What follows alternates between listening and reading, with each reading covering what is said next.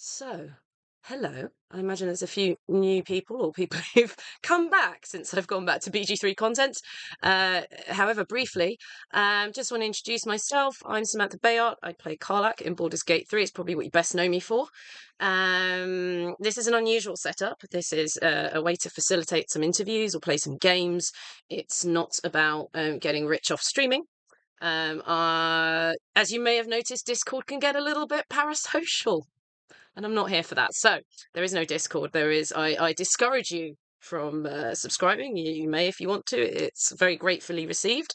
But you may notice that there's a QR code on the screen right now, and I'll explain that later too. So I'm an actor. I'm already a commodity. I'm not going to make myself even more so. Plus, if you give me money, half of it goes to Jeff Bezos. Just bear that in mind. He doesn't need it. He's fine. So what have we got? We'll talk about the charity first. So this month, because we raise money for a different charity every month, and by the way, we're nearly at $14,000 since we started this in mid-December. So please, round of applause for yourselves, because it's you who's giving the money, and I appreciate it. The charities contact me regularly to say that they don't know why it's coming thick and fast, and then they say thank you very much anyway. So really grateful for that. That's amazing work. So War Central Kitchen started in 2010 as a result of the disaster in Haiti. It was started by a chef. If you want to check out a little bit more about the charity, what you might be giving to, !charity will give you a nice little brief on that, plus a video and everything. And then they've been, since 2010, they've been going all around the world, feeding hundreds of millions of people, and most recently in Ukraine and then in Gaza. And you may have heard of this charity recently because they were blown up. 7 people died, volunteers from all around the world. And guess what? They're going back out. They're going back out to Gaza to feed people again. I don't use the word heroes ever, because I think it's overused, but these people are heroes. So if you can give, please do. If you can't, spread the word, please. They're an incredible charity, and I can't wait for those donations to come in if you can spare them. Back to me. Back to me. It's all good. Look, I'm saying don't give money through streaming. We have merch. There's t-shirts that say "It takes a village" on it. Look at those. They're really high quality. They're good. One of them says "Join a union." We'll come back to that later, maybe. We have also got, if I can click the right thing, we've also got Streamily page and relevant new picture. Minthara enjoyers. We have I guess, dark ending for you here if you so wish to purchase this for autograph. This is available on mine and Emma's Streamily pages. And finally, before I introduce our guest of tonight, little schedule here, just because I just say it, don't I? That doesn't help anybody. It's nice to have it on stream. So I'm going on a little holiday after this, so I'll be back on Tuesday the 21st for Life is Strange True Colours. I think that'll be the last one. The misery is nearly over, everyone. And then Wednesday 29th, another episode of It Takes a Village with a very special guest who's a composer in the games industry. And that's it. I got through it, and we're still on air, aren't we? Yeah. Okay, so good.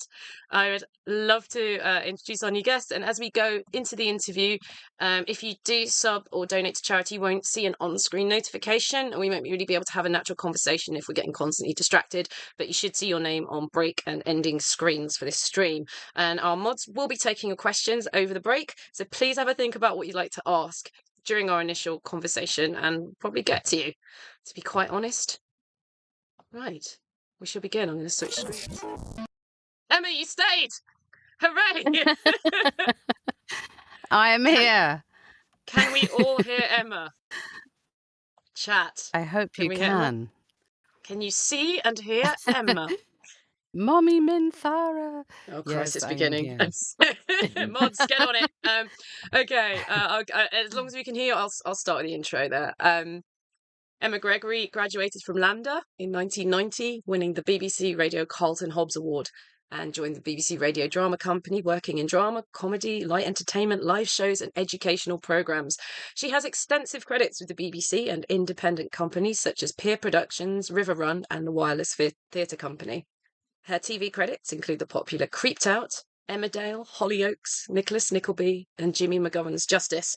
Her extensive theatre career includes working with many renowned directors such as Stephen Daldry, Michael Attenborough, Dominic Cooke, David Thacker, Alan Ayckbourn, Sam Walters, among many others, for companies such as the Royal Shakespeare Company, the National Theatre, the Orange Tree Theatre, Hull Truck Theatre, Liverpool Everyman and Playhouse, Bristol Old Vic, Shakespeare's Globe, Oldham Coliseum, the Oldham Coliseum, that's the word. Coliseum Theatre, getting excited. Manchester Library Theatre, Stephen Joseph Scarborough, the Original Theatre Company, Colchester Mercury Theatre, York Theatre Royal, Harrogate Theatre, Perth Theatre, Tron Theatre, English Theatre, Frankfurt, the Redgrave Theatre. She's toured throughout the UK and internationally, including Tokyo, Wellington, and BAM in New York. Now onto the really good stuff, what you're here for. As a much in demand voice actor, she played the iconic companion Minthara in Baldur's Gate 3 and Leandra in Divinity Original Sin, both for Larian Studios. Other games include Divinity Original Sin 2, Star Wars Battlefront 2, and Harry Potter Wizards Unite as Professor McGonagall.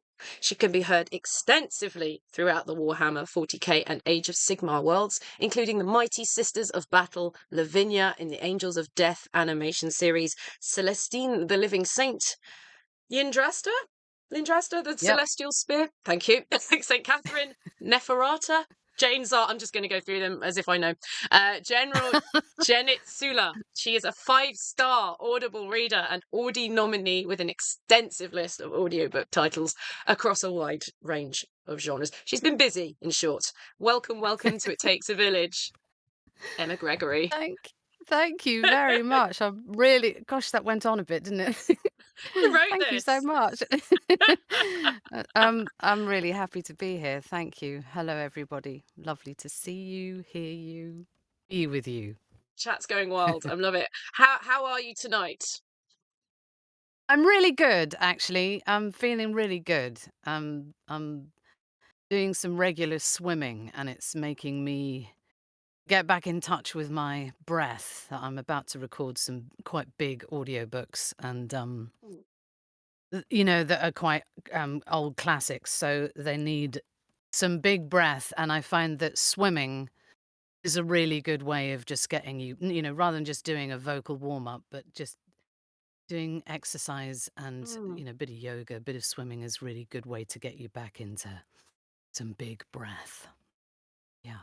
So I'm good. And I'm feeling good. And I'm really wonderful. happy to be here.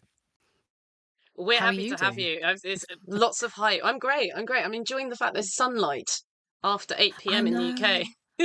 I know, it's lovely. It was a beautiful day here today, and as quite a few people know, I love my gardening, so I was out doing a bit of that, and beautiful to see everything growing. It's It was a lovely. stunner. It really was. I hope there's many more It days was. like that. Um, Yeah, yeah. so let's start at the beginning, shall we? I usually say to people, like, how did you get into games? But I think you've had such a long standing and varied acting career. I think I'll ask you how you got into acting or into storytelling, I suppose.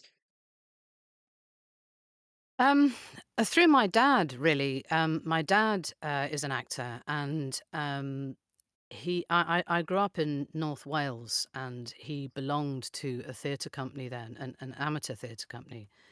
But I was very fortunate in that they really enjoyed doing classic plays and things like Noel Coward and J.B. Priestley. And so I had a really great introduction to some amazing playwrights very early on. I mean, I'm talking when I was sort of 6 and 7 kind of Wow. age. And because I didn't my parents split when I was very little. So my dad raised me in North Wales, and my mum lived in South Wales, so I'd sort of flip between the two. So I had a really sort of nice, varied, amazing upbringing. And but Dad used to take me to rehearsals, and in this is way back in the 70s. Um, People used to get snowed in Blaenau Ffestiniog and places like that. If anybody knows Snowdonia, North Wales, been hiking there or walking there, it's the most beautiful part of the world. And but it can get some pretty full-on snowdrifts. So if anybody in the company was snowed in, I would immediately leap on stage and fill in for them. And I would know the entire script and everybody's lines. And I was just completely consumed by how wonderful theatre is. I was also doing dance at the time as well, and but I really fell in love with text and Mm, plays, and I had my dad was wonderful in sort of he never patronized me sort of by mm. saying, "Well, you're too young for this text, you know, you won't understand it." He let me experience them, and I did understand them. And and so I had a really great education in that. And so from that early age, really, I always wanted to do theatre. I always knew that I wanted Mm. to act. I've been very lucky, I think. Um, Lots of people maybe don't know what they want to do until much later on, but I always sort of mapped that path out for me. I, would say to myself, I'm going to go to school, I'm going to go to drama school, and then I'm going to go into acting. And that's exactly what I did. So I'm Did you very, know very about drama? grateful. Sorry, go on. Say again. I'm very, I'm very grateful for knowing what I Mm, wanted to do, and I'm very grateful to my family for the love and support and the freedom that they gave me to pursue that, really. So I went through school and we moved to Manchester, and I did some more upbringing there, and then we moved to London. So I did my sort of schooling through Wales mm, and Manchester, and then I went down to London and went to college, did A levels, and did theatre studies A level, which in the 80s was quite unheard of, actually. It was quite mm, unusual to be able to do that. And my dad found a college where I could do that. I made some fantastic friends who are still my friends. And then I applied to drama school and was fortunate enough to get in and went to Lambda for 3 years, and then was really fortunate to win the Carlton Hobbs Award, which then took me into radio mm, and audio, which is next to theatre, I think, an equal love for me. All the audio world, I find it astonishing. So I was there and in the radio drama company for, oh gosh, a good 7 months, and that gave me my equity card, etc., etc. And I mhm, got to work with just the most stunning people, which was a wonderful education in mm, itself. People it may take you a long time to work with in theatre, or maybe never at all. And because everybody does radio, everybody loves radio drama. If they're lucky enough, obviously, to do it. And I've never met an actor who doesn't like it mm, because of like with games audio, where it takes you in your imagination, and I find that really, really mm. satisfying. I Is me agree with rambling Dirk on. Maggs, who said, "No, we want you to ramble tonight. You ramble for as long as you want." It's great, isn't it?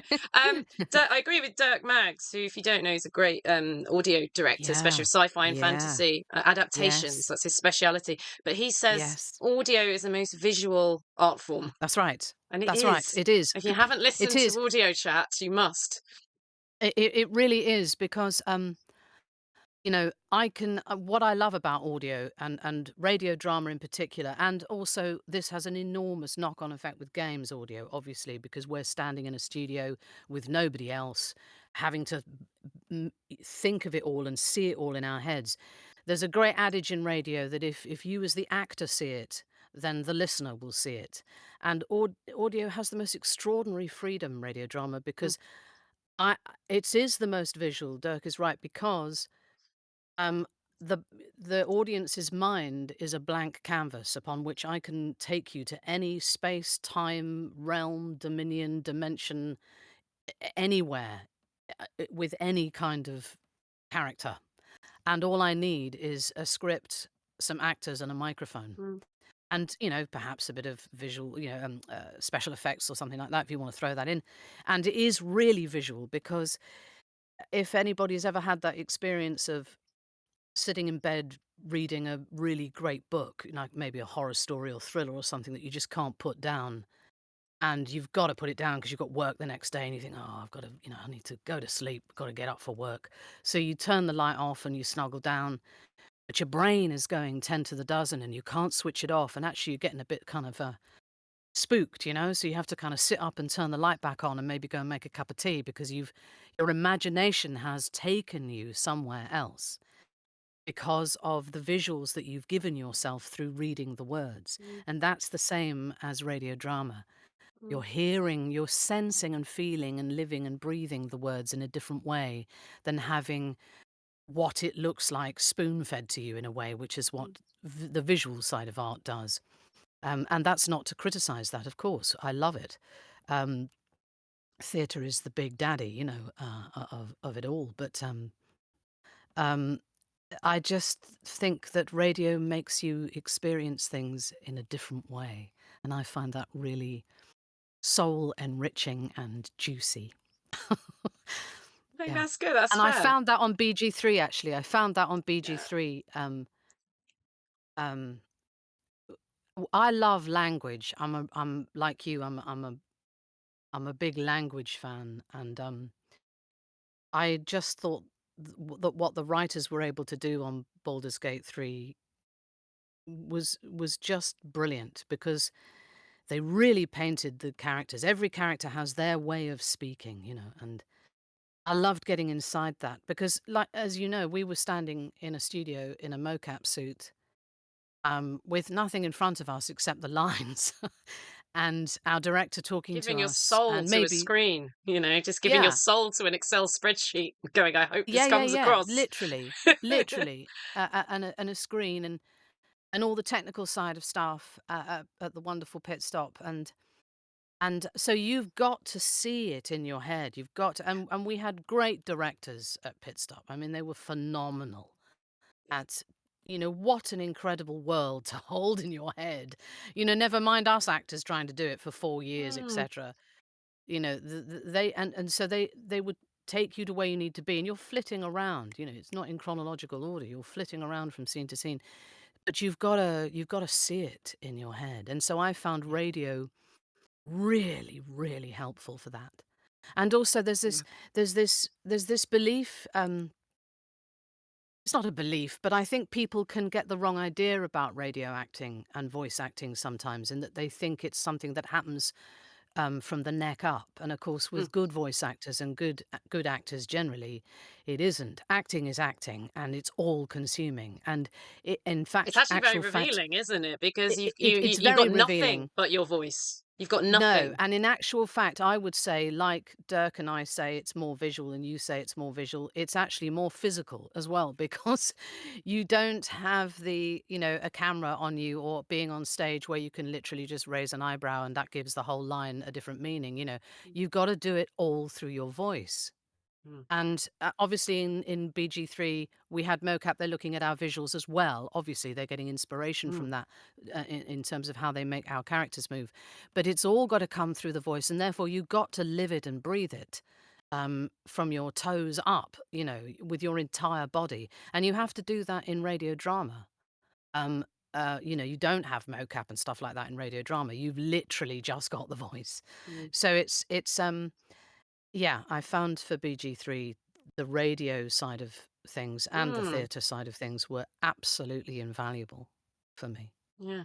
I'm going to go more into BG. Before we do that, I want to talk about maybe some of your influences as well, or just interesting stuff about you. Am I right in thinking that you've worked with Clive Barker before? Because I think that's worth Um, shouting out. I haven't worked, gosh, Ah, I would love to work with I've Clive Barker. completely misheard I'm that then. I'm a big Clive Barker fan. Hmm. I've loved his Books of Blood stories, and Hellraiser, the original, not the remake, for a very long time. And in fact, I'm really enjoying Ty West's movies at the Hmm. moment, Pearl and X and stuff. I think they're very Barker-ish in many ways. Mm. Um, but no, what I did do for Games Workshop, Warhammer, is I was part of. They've gone into a big sort of horror genre, in the Mm. franchise, and it's working really brilliantly, I think. And I was fortunate enough to do a horror collection of stories with the great Doug Bradley, who plays Hmm. Pinhead in Hmm. Hellraiser, and I was sort of squealing when I was given that job, because Yeah. to see my name next to his was like the closest I'll ever come to. Well, maybe not ever, but you know what I I mean. was I going was to like, say, oh you're my god, Minthara that's now. You may have just topped that. of But yeah. course. But I Thank you for think he's clarifying that, Emma, because I I I think had he's something just else in my head, but yeah. no, no, but, no, no problem. But, yeah, I love Clive Barker's imagination, and I love Doug Bradley's acting in Hellraiser. So that's So are that. you thank you for clearing that up, and it's good to That's know, all right. chat, that Emma's into horror and metal Yeah, and I love stuff. It's horror. very Yeah, cool. I do love horror. Um, what was I gonna say? I was gonna yeah, so it's did you play games, like, whether tabletop or video games or anything like that, or just Um, imagination games as a child? I mean, you were doing theatre, yes. so you were kind of you were Yes, doing it. yes, yes. Yeah, lots of and I did Saturday drama workshops and all sorts of things like that, and oh, yeah, I mean, and I read plays. In fact, there was my dad says that, there was a time when I was reading more plays than I was reading books, Mm, but I've always loved the whole scope of literature, and we'd go to the theatre, when we could, and a lot, and we were involved in it, obviously, yeah, but in terms of, games, um I I was in a relationship with someone who was a big gamer, and they were because I like horror. Um, I'm also really into H.P. Lovecraft. mhm, If anybody knows Lovecraft, I think Lovecraft is actually really, really underrated. Generally, I think the same as M.R. James. I think they're two mm, writers who are very underrated in the great big world of horror. Um, Obviously, they're very revered, but then people don't tend to talk about them. And I think they should talk about Lovecraft because his imagination obviously is inspired Barker and everybody else, mm, and Stephen King and people like that. And so my ex got out one weekend this incredible looking board game of Call of Cthulhu, which is based on Arkham and the whole Lovecraftian yeah, world, and I just loved it. And we spent the entire weekend. I mean, it was Friday to Monday morning early, love it. just lost in this world of Cthulhu, and I got really really upset if my character got killed off or one of my characters got killed.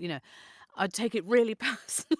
Go, no, how has that happened? And he went, oh, I rolled this dice, and this tells me, and my ex was the games master, and but since then, I don't know why, but life hasn't really led me Mm, down the path of that. But I would love to do more of that. I'd love to sit around with a group of mates, mm, a group of friends playing role playing board game. I would love to do that. mm. And I would like Oh, to have a we go at can make Baldur's it Gate as well. happen. Yeah, We yeah, can make it we can make happen. that I happen. know, I'll tell you, when you guys did the D&D, I was so jealous because I thought, "Oh, that would have been so perfect to just throw me in at the deep end again with that," because it is a lot of fun because you can do anything. I think it's Yes. j and I think that's why I love fantasy and as an actor, um, because I love language, it allows me to escape and explore into the most incredible language, which Mm, I'm so grateful I get to do in the whole range of Games Workshop stuff I've done, and in the games that I've done. Um, because it just allows that fantastic firing of your imagination to play an mm, angel or an orc or or Minthara. I mean, you know, lots of people have made sort of well, not lots of people. Some people have sort of commented on her voice and that kind of thing being so deep. But why can't it be? And I loved exploring that actually as we went through the all those years at Pit Stop, in the difference between Minthara's voice when she is under the influence of the absolute, and when she is mm, free, getting to mhm, know the party and where that took her. And I loved exploring that physically as well. Is she still very very bound? Which she is mm, essentially as a person. Um, it's different for her meeting friends and having companions and things like that. So I loved where that took me vocally, and I thought, well, I think she's over 100 or something like that, and yeah, she's exactly. not a She's human allowed to have a being. mature voice, yes. She's not a human being. She's a different creature. Oh, that And came across, Emma. That came across. but I was asked to do that too. I was asked to Yeah, of use my course. deepest Mm. register. Um, and I loved doing that. And I get to do that in Games Workshop a lot too. And I love the fact that I can play male and female. You know, I can. It's really fluid in that way, and I love that. I love It's that. so like these non-visual media are so liberating because we've removed the Mm, face. You know, we do mm, get cast on our merits. It's wonderful. It's a wonderful mm, space to work in. So if mm, going into games, if we just roll back a little bit, wasn't mm. an active choice on your part, how did you get in? Do you remember the first games job? Was it one of those where someone just calls your agent and before you know it, Uh, um, yeah. yeah, it was Josh Whedon. It's all thanks to Josh. Ah, Uh, I did Divinity, Original Sin 1, I think was my first. the first. And Mm, Josh was wanting to use actors who he found it very useful using actors who had, good experience in theatre and had done lots of audiobook and that kind of thing because they're able to with audiobooks, you have to have the skill of accents, you have to yeah. have the ability to live and breathe all of the characters. That could be 50, 60 to 100 different characters in a book. And it's a real ego boost for an actor because you get to play them all. you know, I love doing books. And again, because it's just me, my mic, and the fabulous writer, hopefully they're fabulous, and getting lost in their world, you know. Mm. And so Josh gave me my job. And Oh, well done, Josh. and he was so terrific. He was the first games director I'd worked with. And then I was lucky enough to do some work at Side for Star Mhm. Wars, and that was immense fun as well. That was Tell us great about fun. Star Wars, because I know we're going to go into BG3, but tell us about Star Wars as well. Well, I was playing a commander who was very quite Mintharish actually, but with a very uptight register, very very different. Oh, yes, it's from the And Empire. You will and comply. yes, and I really enjoyed that, and also because as you know, these things are often top secret, so we don't know as actors what on earth we're doing, literally until we get in the studio sometimes, and that was very much the case with that job, where I had been sent the script in the morning. I was on the train down to London, and I had printed it out because I like to work on iPad now as well in the modern world, Mm, but I also like to sometimes I like to I hope this doesn't sound really pretentious, but I like to have printed scripts as well. I like to make notes. I like to use all the sort of techniques sometimes. Depends on who you're playing. If it's someone that you've really got to create a world for, I do like to do the sort of things we used to learn at drama school of who, where, why, how, what, when, all that sort. And I like to write it down because same. I think there's an organic process of actually getting in touch with what it is that you're writing sometimes. And I know writers like to work like that. So for me, it depends what it is. Sometimes I just scrawl it all on the iPad. But I'd printed out the script this particular day. And it wasn't until I was on the train that I noticed in very, very, very, very tiny print right at the bottom, it said Tatooine. And I just screamed in the compartment. I was like, oh my What I would have God. as well. And Oh I just called my. my agent and went, I'd have lost my "It's Star mind. Wars," 'cause I love Star Wars. I love that whole world. And so, yeah, and then I went into the studio and they said, "Right, this is what we want. This is what we want you to do." Because I had to do an audition of something they gave me, and I got the job. And so I went down, discovered it was that, and went in and had a great few hours doing that. I imagine it helped a Yeah. lot knowing, being familiar with the Star Wars universe as well. Because I play games, I have a good hit rate in guessing what they are, and I feel that does help me Yeah. in the auditions. Yeah, yeah, yeah. Oh no, absolutely it did because again, it's about visualizing that whole world yeah, Tone absolutely. I could and see yeah, the world. I genre. could see Yeah, yeah, yeah. exactly. So no, I Games was devs, I it does was help if we know what we're auditioning for, even if it's just genre and tone and things like that. indeed. But yeah, that was immense fun. And then, going back for Larian to do Divinity 2, Hmm. which was just brilliant because you'd play all sort I mean, I can't remember. I think I was something like 17 different characters in Divinity 2. or one, can't remember, but some nice meaty things, and then a talking chicken or something, or a tree Much or a like the bear, or experience of you know. a lot of people on BG3, I think. Yeah, yeah, yeah, It wasn't yeah, just yeah, doubling, it was 17ing yeah, and yeah. yeah, yeah, yeah, and but that's immense Yeah, fun to yeah, use your yeah. voice and Great workout, accent isn't some it? things in different ways. Yeah, Yeah, yeah, yeah, it's yeah. brilliant. It's A so bit much of fun. can you speak a little bit on Warhammer before we get on to, BG3? Oh gosh, yeah. I mean, I just I love I I they're like a yeah. I they're was like told family to I'd have me. to Go on. growl a lot. If I was gonna do what I have to speak down here somewhere, and I was a bit scared of it. I might do it one day if they ask No, me, but no. Sometimes you I do just if see you very choose big to, men but playing it, so it's quite scary. no, no. That I mean, yeah, there is a lot of that, but that's of a particular type of character.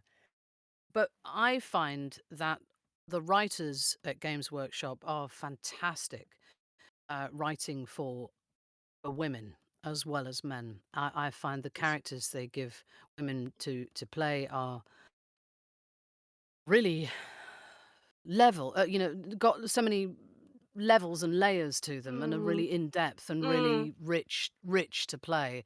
And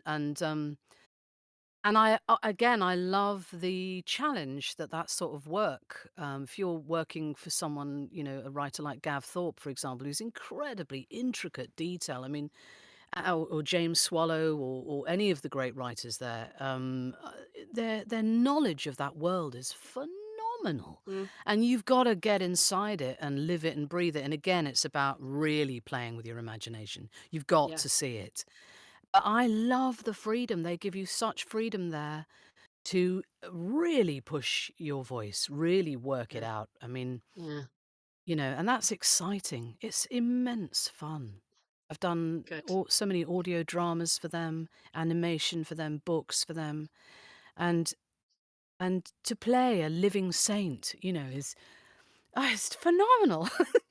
It's Yeah. brilliant fun, you know. I find that just personally in my career that sci-fi and fantasy is very good for female representation. I think probably Yeah, because, well, for from my sure. point of view, I want to be quite action myself. There's not one way of seeing these things, but from my point of view, Mm, yes, in mm. the future or in space, everybody's equal, and Yes, by definition, if yes, you're playing a woman who is action orientated, you're already playing someone gender non-conforming. So I've always found it a very welcoming space for absolutely. myself. I agree with you because so many characters, you're not even thinking about gender. It's not about being male or female. It's just about playing the character, and I Yeah, love that. it's wonderful, I isn't love it? it's Yeah. about it's really freeing. It's it's like you say, it's just it's exciting because you're not thinking in limitations. You're Mm, you're just thinking about the character and who they are and where they may come from and how you think they might sound given how they look, because there's a lot of descriptions, a lot of incredible artwork within Games Workshop. yeah. Obviously there's all the board stuff. When I go there to record, there's an entire world of, there's a huge warehouse next door of people literally sitting down playing with all the little characters, and people love spending time painting all the little figures and figurines, and it's an incredible hobby. Mm. And I love that. I love it. I love people getting lost in that. Have you had a chance to And meet not just many getting lost, Warhammer that fans? sounds blasé. Sorry, not just getting lost. That doesn't sound right. Like with BG3, where Mm, it really it means something mm, mm, mm. to people. I was going to It ask if speaks you've met to them. if you've met many Warhammer fans yet. Yeah, I've met quite a few Hmm. Warhammer fans, yeah. And I'm sure there's quite a lot who love BG3 too. That's what I was about to say. I was going to say if you um haven't, you're about to. I think with these cons coming up for yourself. Yeah, Yeah. yeah, yeah. I see. I don't know. This is just me. I love the community of fantasy. I think they're a Mm, beautiful, beautiful community. I really do. As we've encountered, you and I, with BG3 since it came out, and I've encountered in all of my Games mm, Workshop career. Um, and I find it's a real crossover into music as well, and I find it's very often a similar community to the heavy metal community that I absolutely adore. It's very often those sorts of people like the same sorts of things, and Mm. I just feel really at home in that community. So That's I'd great love to because do because I more, you was know. gonna say we're here to stay now, aren't we? So it's a good thing you do enjoy it. Yeah. No, I Um, really do, but I just think they're just really lovely people. I think they're really yeah. in touch with, just being really nice, warm, heartfelt, Well, positive I people. I think there's something in role playing people who are maybe different from yourself that fosters empathy, perhaps, And and maybe that also makes and people more also aware. and also creativity. Yeah. I think people who are into games, and music and art, and, I think their imaginations are Mhm. alive, and so I think that they're more in touch with who they are, I think, as people. Yeah. Yeah. And it's a very accepting community, I think. And I think Yeah. that's beautiful. I think that's Have true. somebody s Viking nerd here says, "Yup, heavy metal concerts are next level good time." You're I so feel right. safest in a mosh pit chat. I Oh my do. gosh. If everyone's Me looking out too. for everyone else and it's fun Totally. to That I mean chuck I yourself mean, around. I'm not a massive, metal connoisseur, so people will have to forgive me, but I've kind of I'm a huge Metallica fan and a huge Maiden fan, and every gig I've been to of those bands, the love that is there and everybody just having a good time, and again, nobody kind of looking at me because I'm an older woman or anything like that. It's nothing to do with it. It's to do with us Mm, all being there, and I've gone to gigs on my own, and felt utterly safe and welcome, and people are just really lovely, and the mm, music's just awesome. I that's love it. very true. Now, I talking about love music. awesome, take us. Well, you've already had quite a bit of experience with Larry, and tell us how you come to be cast as Minthara in Baldur's Gate 3. I was literally sent the details by my agent, who said, "Can you record this? And we want it delivered like this." Is again, quite uptight. I seem to get all the uptight characters. I Um, don't know why, Emma. I wonder It's why that is. travesty. No, I don't. I get my fair share of really freeing, liberated characters as well. But and so they asked me to video myself, uh, having learnt, a small section of lines, and that was it. And that went off, and I don't know, a few weeks later or something, I'd got it. Yay! It was as simple as that, but I didn't know what it was for, and I wasn't told the character name either. Yeah. Not that you would have been Nothing. able to Google it, right? Because she's a new character. No. Because they do get a bit overprotective, these games companies. And you think, well, this character is new. I can't Google it. Just, I Is she new though? I mean, she's been think around for she a while, is. hasn't she? The last chat is I Minthara a new character? I'm not sure about that. We'll, Um, we'll send it to chat. They're still talking anyway, about moshing. chat, tell us. Um, chat, But tell but us. but do I do you think Minthara would thrive in a mosh pit? Yeah. I Yeah. think people would get out Although of her they way. might not feel too safe around her. I don't think she'd be like helping. She might be murdering people in the. Yeah, I don't think she's got the sort of Um, etiquette down. yeah, so it was a very simple process for me. It was one audition, videoed, off it went, and I got it. And Oh. but I didn't know anything about it at all. I didn't know what sort of game it was for. I had an idea, obviously, in my head from the type of lines I was given, but Mhm. and knew nothing, no working Mm. title particularly, or I literally was going to pit stop in the early days completely blind, as it were, completely How uninformed about anything. I was about to ask a follow-up question, but Cypher of Tyr informs us she's not a new character, so sorry, I was wrong. I'll admit when No, I was she's wrong, been I was around, wrong. but I Yeah. think Larian were in two minds as to whether to introduce her because of who she is. Someone says But I Min Minthara is a new character in BG3, but House Bayern Bainray, isn't. Bainray. House We're Bainray not on is surname terms yet. House Bainray is is very much established in the old D&D world. Yeah. Nice, nice.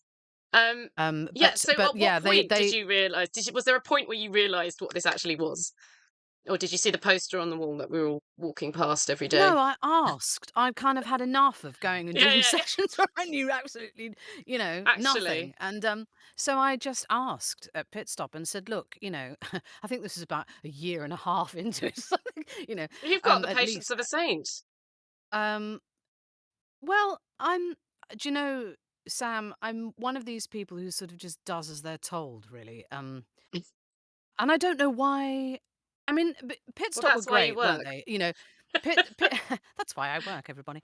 Yes. No, Pit Stop were great in giving me enough detail for me to be satisfied, obviously. Yeah. I just didn't I don't know, I just enjoyed. I mean, I knew it was for a game and I knew it was a big game, but nobody was saying Yeah. anything yet. So I thought, "Oh, okay, well fine, I'll trust you," because I love Josh and everybody, Beth and Mm, everyone at Pit Stop. They're phenomenal to work with, and I trusted them, and so I'm good at just getting on with it if I'm given mm, enough direction and told we want you to do this and go this way. And if I ask a couple of questions and they're answered, which they always are at Pit Stop, yeah. if you want to know Yeah. something about character, etc., they answer it as best they can, and they did, and so that was enough for me. Mm, And as it got more and more kind of juicy for Minthara, as it started to really build up, it mm, was then that I thought, well, actually, I'm now having to go on with Adam Smith, my writer, a massive journey here. And mm. I kind of feel like I need to know a bit more. So I asked and was told as much as I was allowed to be told. Which was, if you And can say? I was told the I was just at the title, I time. think. And Oh, you were? Okay. That's something. uh, That's good. I think I was. Maybe that came later. I can't remember, to be honest, exactly what they said. But it was, and I kept everything absolutely under wraps. That's what you have to Yeah, of do. course. And but it was lovely to be given a tiny little insight, without Mm, crossing anybody's mm. NDAs and all of that. Of course not. And but just enough for me to go, okay, right now I can. I'm going to play now. And Uh, it was great. Love it. I'm glad it I was. love her. Yeah, we all love her. That's why we're here today. And people who've missed it, there'll be wailing and gnashing of teeth, but there will be VOD, so it's all right. You just won't get to ask a question. I was going to say I lucked out with it because, well, first of all, I knew D&D quite well, so I'd auditioned 2020. I'd auditioned for a EA Carlac, which I didn't play. Someone else played her, but before that, I'd auditioned for about there was 10 different races and they said pick a couple. Think I did 8. And they had there were Wow. elves because elves aren't copyrighted, but there was something called a planewalker, which was clearly a mind flayer. And I thought, wow, they're getting quite close to the bone, wizards. They're not going to be happy when they find out what's going on here. So I thought, oh, there's a D&D like game coming out. And then years later, through Hobbs Barrow, I was spotted by someone at Larian who Yeah.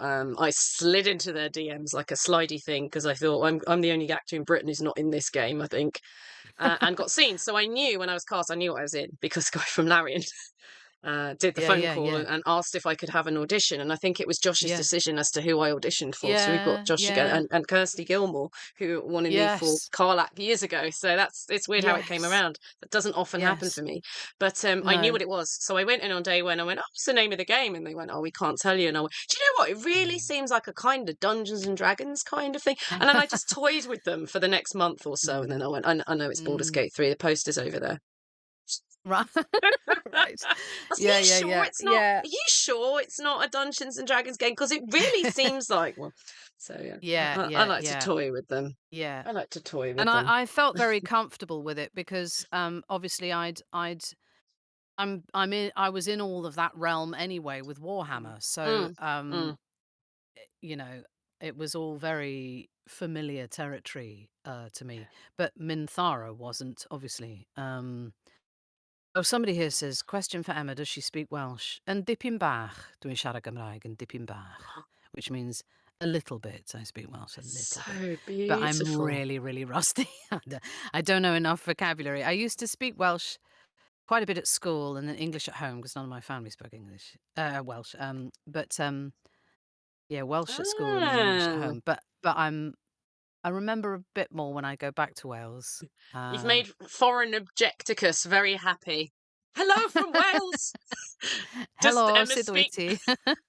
Does Emma speak Mancunian too? I'm sure you do. Yeah, I definitely do. Although Chat I'm if not you from could. Manchester, but Chat there if we you are. could just like, yeah, if Emma spots a question and she answers it, it's all good. Otherwise, just don't wait. Put them in the Does chat and Emma Mod will speak pick it man? up and they'll put it in our little template for later. So don't worry. Just stick it in the chat as you come up with your questions. So then the game comes out. Oh no, I'm not going to do that. Well, if you got a favorite, I hate being asked this myself, but have you got like a favorite moment or a series of vignettes of favorite moments from playing Minthara? Yeah, I love our scene. Uh, one of our scenes, one of Minthara Karlak's scenes. Because it's near the end. Again, yeah, Mm. when are we allowed to say? The game's been out long enough now. Yeah, I it's mean, all out there on what YouTube. I do have the clip which I've given to a mod to put in chat, but I wasn't going to play it Oh, because I think that's too okay. spoilery. But I think we can sort of. Look, I'm going to let you take the heat. I'm sure you can talk about it without revealing too much. Well, Emma, That's I sort of can ready to pronounce go. Llanfair Pwll Gwyngyll go Gerol Llandrobol Llantysilio go go goch. Yeah, so can I. I probably got it wrong though. I probably got Welsh people going, "Oh no, that's wrong." Oh, Emma, you've been cancelled. um, It's that um, easy.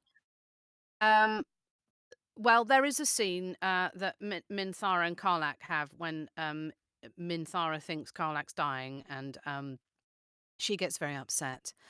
And I love that scene because she doesn't want Karlak to go, and she wants us to continue on and go to Avernus and fight and uh,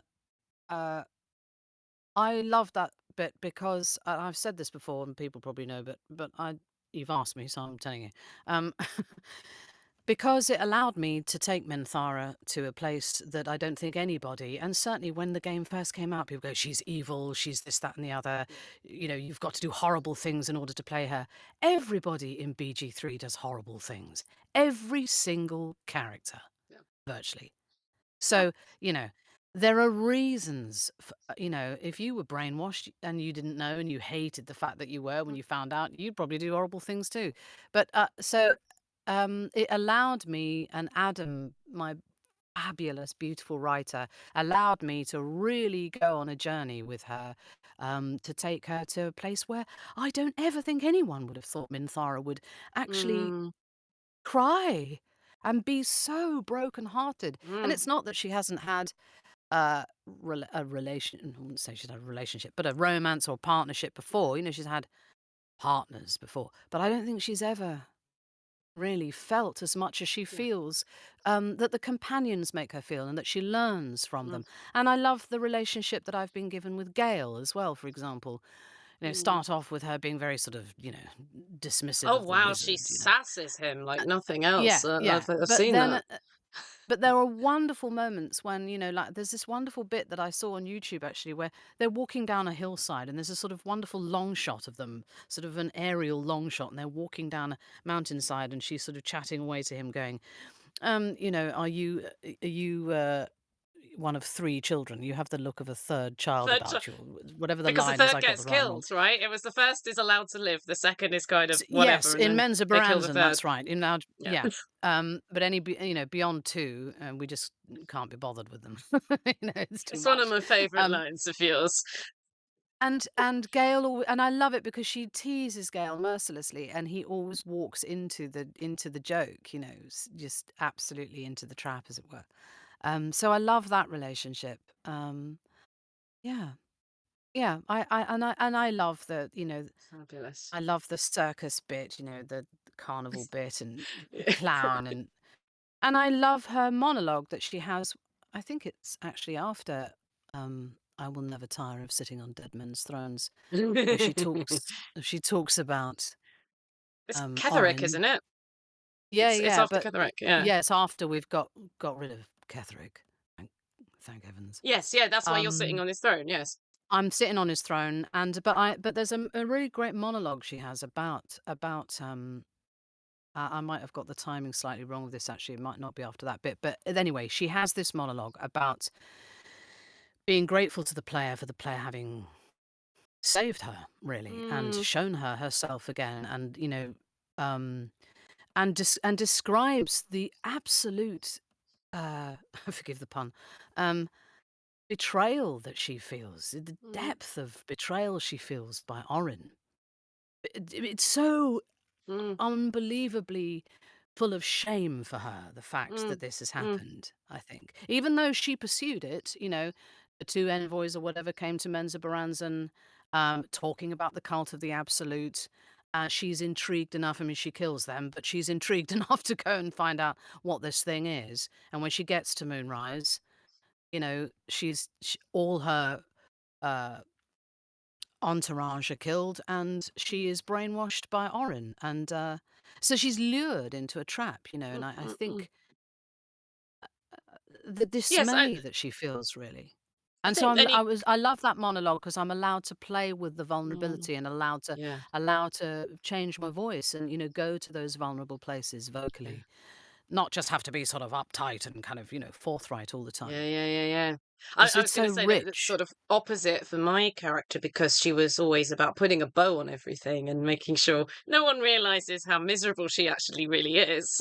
Yeah, Let's pretend yeah, yeah, everything's yeah, fine because I don't want to be a liability. And then they've got the post Gortash scene when it just all spills out. And for me, it was just being allowed to be ugly, just really ugly yeah, and yeah, dark yeah, and yeah, just yeah, nowhere left to hide, and it was so yeah, yeah. liberating. I did that with Josh Yes, Whedon, and yes, that's one of my yeah, favorite sessions of the whole thing. yes.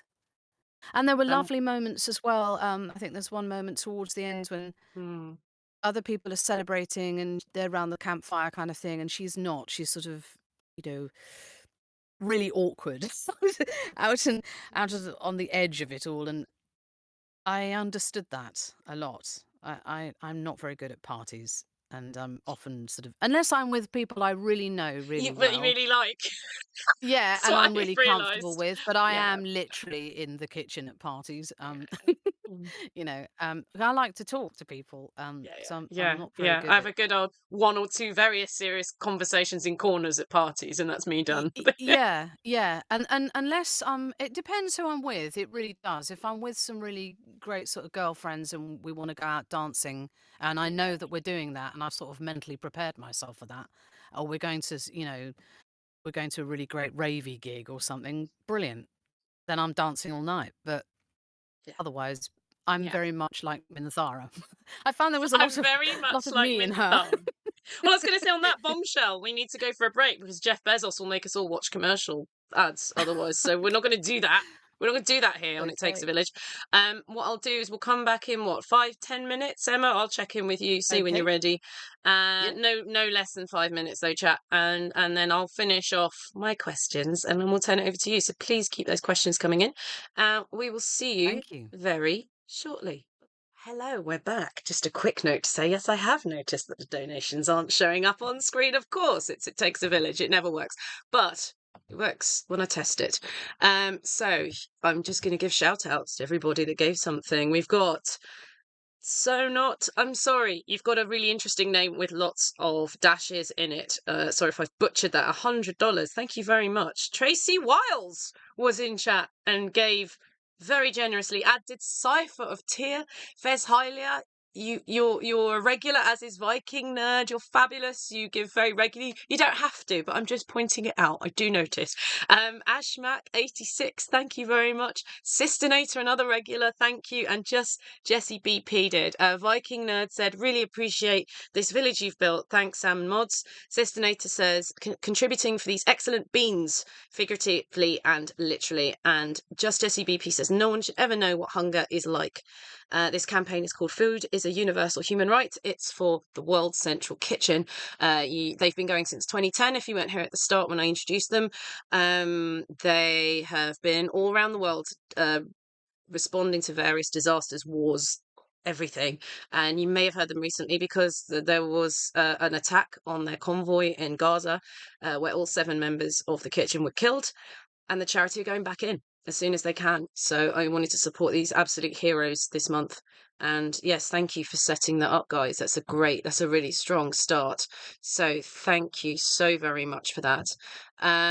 So let me just, if I refresh that, hopefully it'll give me some more numbers. Yes, $555. That sounds very lucky to me.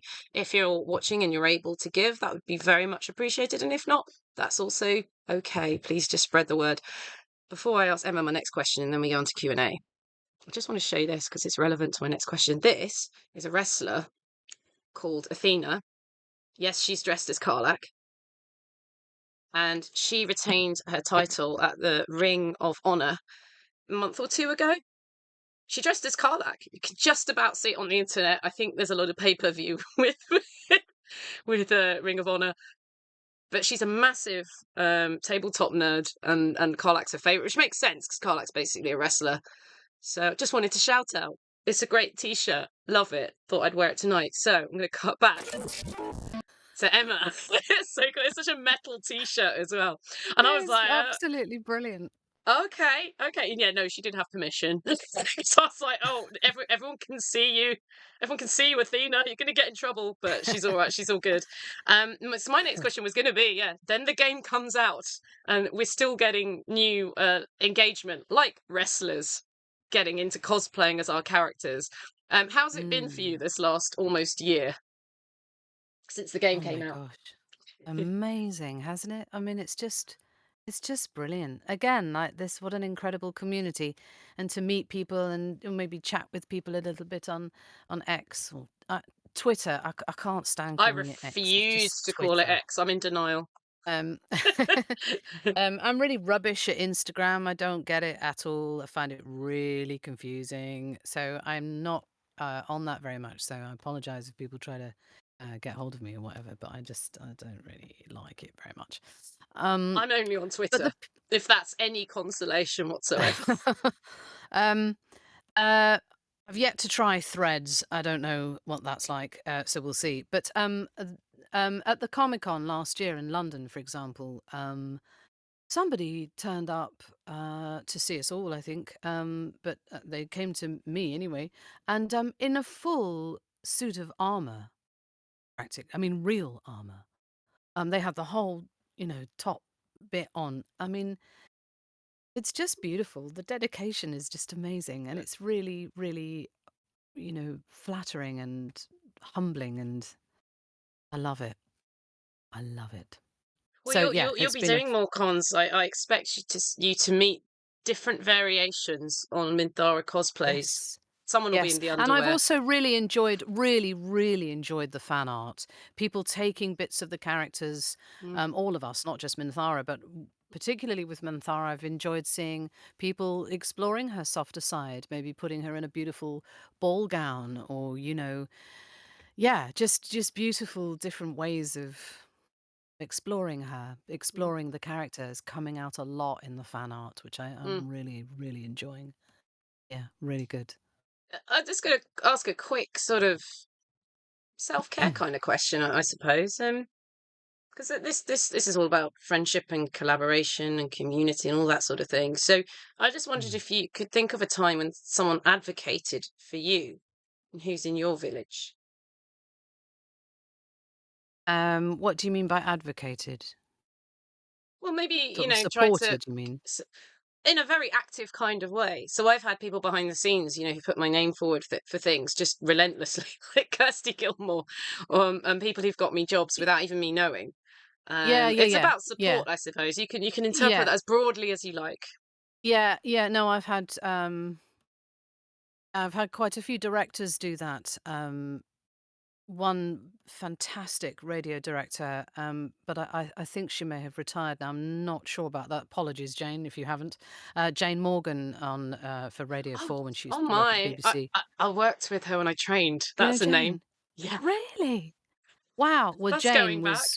Jane Yeah, was fantastic yeah. to me and worked with me a lot in the company and at the BBC and would suggest me for things. And I've had quite a few Mm, directors do that. So I've been very lucky. And I think I've done that for other actors as well.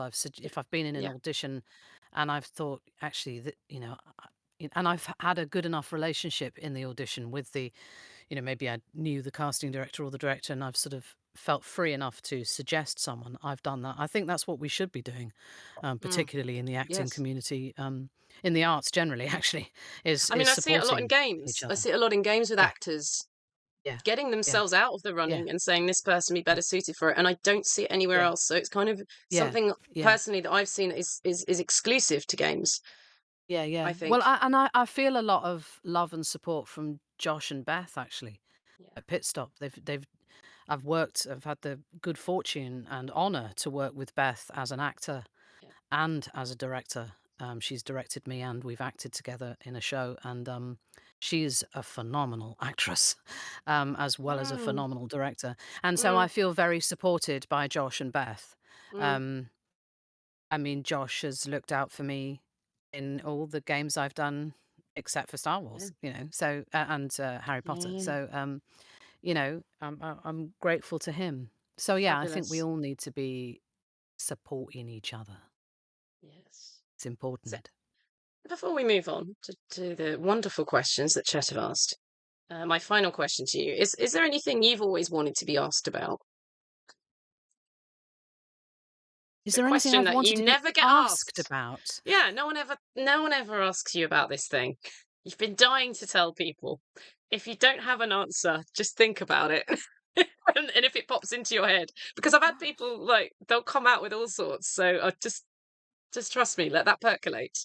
Um, I'll have to let that yeah, percolate. yeah, yeah, yeah, Actually, yeah. and Don't worry just about it. in relation to the last, question Mm, actually, and yeah, shout out to Kirsty Gilmore as well. Again, someone yeah, who's so supportive. relentlessly advocated for me behind the scenes for years and years and years until it Yeah, worked. yeah. She was tremendously supportive on BG3 for me.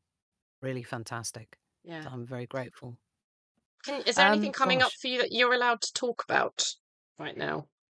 As in, do you want to no. plug something? No, you're very I've busy. got There's lots things, of but NDAs. I uh, yes, and, Yes, yes. we, And I I always and go with things that. I could possibly mention, Yeah, but I'm very good, at, or I like to think I'm very good anyway, at not going there just in case, because fair. I think that's Okay, important. okay. Well, So just I follow am Emma on I social, am well, Twitter. busy. I am busy, but I'm not gonna say a word about anything. Mysterious woman. Great. Should we move on to questions? Um, Okay. do you want me to take the lead on this? Are you happy to pick them up yourself, or how do you want to do this? I've got some here in front of me. Hmm.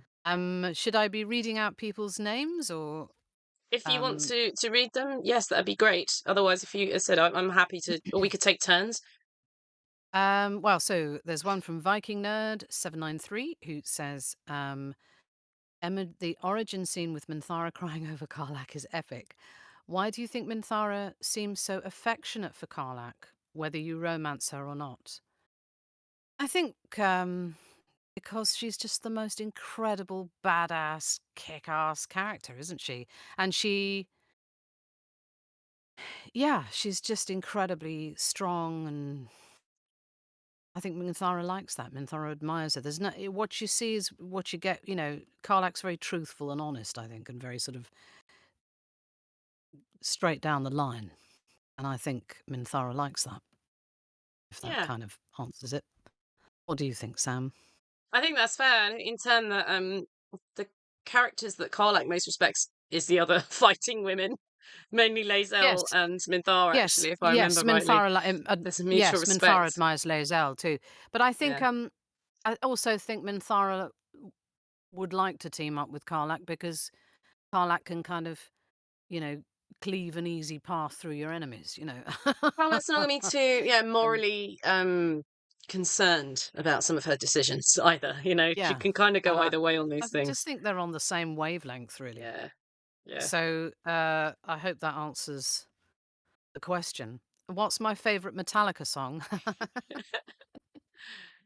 Um, well, all of them, and but I'm a big fan, and it's probably controversial in the Metallica world, and I've said it before. I think I said it on my Streamly stream, but I'm a big fan of the album St. Anger, and I really love the song "Frantic." I think it's I think its energy is extraordinary, Mm, and clearly sums up how James was feeling at the time, and mm. with everything that was going on with his life. And I think it's a fantastic song, and I wish they would perform it live, and they never do. It seems to me, and they should. Um, so I love that, and I love Nothing Else Matters, and I mean, they're all fabulous, and I like their new album, the current album. I think it's really good. Um, so that's that. Angus Gibson says, favorite Karlach and Minthara interaction. Well, I think we've said it really. I'm going to cheat and say something else because it's Origin Carla. Okay. So she doesn't reply. She's just Ah, very okay. stoic about it. No, I've made my decision. There's Mm, a bit of party banter I remember recording, right. which kind of put certain mechanics into light because it's, oh, you can never have Karlach and Minthara in the same party. Yes, you can because we recorded the banter for it. So there's a bit where Karlach asks Minthara about romance and were there any significant partners? I'm sure you'll this will come back to you as I say it. And Doris talks about this woman, this drow she loved deeply until she was instructed to poison her because she was from a different Oh, faction. And as she lay dying in her yes. arms, she wept her eyes out because she really loved her. She also Yes, murdered her. I And remember that's that. and it kind of like, oh God, I'm sorry I asked. But I just felt I very do awkward. remember Very that. awkward. I must write that down to remember that in future. That's lovely. Yeah, I love that. Um, You've answered yes, this one. Minthara likes to take a little bit of poison on her lips. So you need to be careful if you romance her, you see, because it keeps up her immunity to anybody trying to assassinate her. That's her logic And behind it. that's true. That's fair. It There you works. go. You know, I've heard. Yeah. Um, um, we've answered the so question if you speak Welsh. That's been yes, done. with a tiny, tiny and dipping back a little bit. Um, Lord Saltio. I say, what a name. Um, out of your Warhammer characters, who did you enjoy playing, voicing the most? Oof. I really like playing sort of evil warlord kind of characters within the books. They're always great fun to do. Um, but I really liked Celestine the Living Saint, I suppose, is probably my favourite. I had a fantastic time working with Catherine Tate for a week, just recording this incredible drama called Our Martyred Lady, uh, which Gav Thorpe wrote. And there were all sorts of wonderful people in it, and directed by fabulous Matt Renshaw at Games Workshop, and who's adorable. And that was tremendous fun. It was a great production at the end of the day, and so I really enjoyed playing her, and I've had the good fortune to record her with an audiobook for them as well. So I Oh, really enjoyed Celestine. Somebody who she's a living saint who, if you kill her, she goes through the most agonizing rebirth and keeps being reborn and keeps fighting for the emperor and keeps slaying and keeps getting killed and keeps being reborn. So huh. it's a kind of endless cycle for her. I thought that Minthara was ride or die, but it sounds like this one is even more so. Oh, Celestine's Yeah. extraordinary. Wow. But I suppose she's like a good version of Minthara in a way. Um, Yeah. uh, although Minthara is good. She I can be love my good. It's about Minty. the My influence of Minty. other people. Yeah, Yeah. yeah. And she wants to go back to Menza Baranzan wizards. She wants to go back to Benza Baranzan and get rid of Lolth, get rid of any cults, any nonsense, and rule supreme in a good Minthara-like way, however Minthara sees that. Yeah. That'd be interesting. Rock on. So yeah. Are Yeah, you I ready for think the so. next one? I am. Friend Milk asks, what was your most challenging acting job and the most fun? Both Sam and Emma, if you feel like answering. Okay. Mm. Do you want me to go? Because I looked at it in Yeah, advance. you have a go. Yeah, go on. I played Calliope in the Audible adaptation of Sandman, with Dirk Maggs directing, and it was the Yeah, yeah, most. yeah. It's a damsel. She's a damsel in distress, and we were very faithful to the book. If you know it, it's triggering. I'm not even going to mention what happens, but some pretty nasty stuff happens, and we did it for radio. And I thought, well, you Wow. know what? You've never had to do anything like that.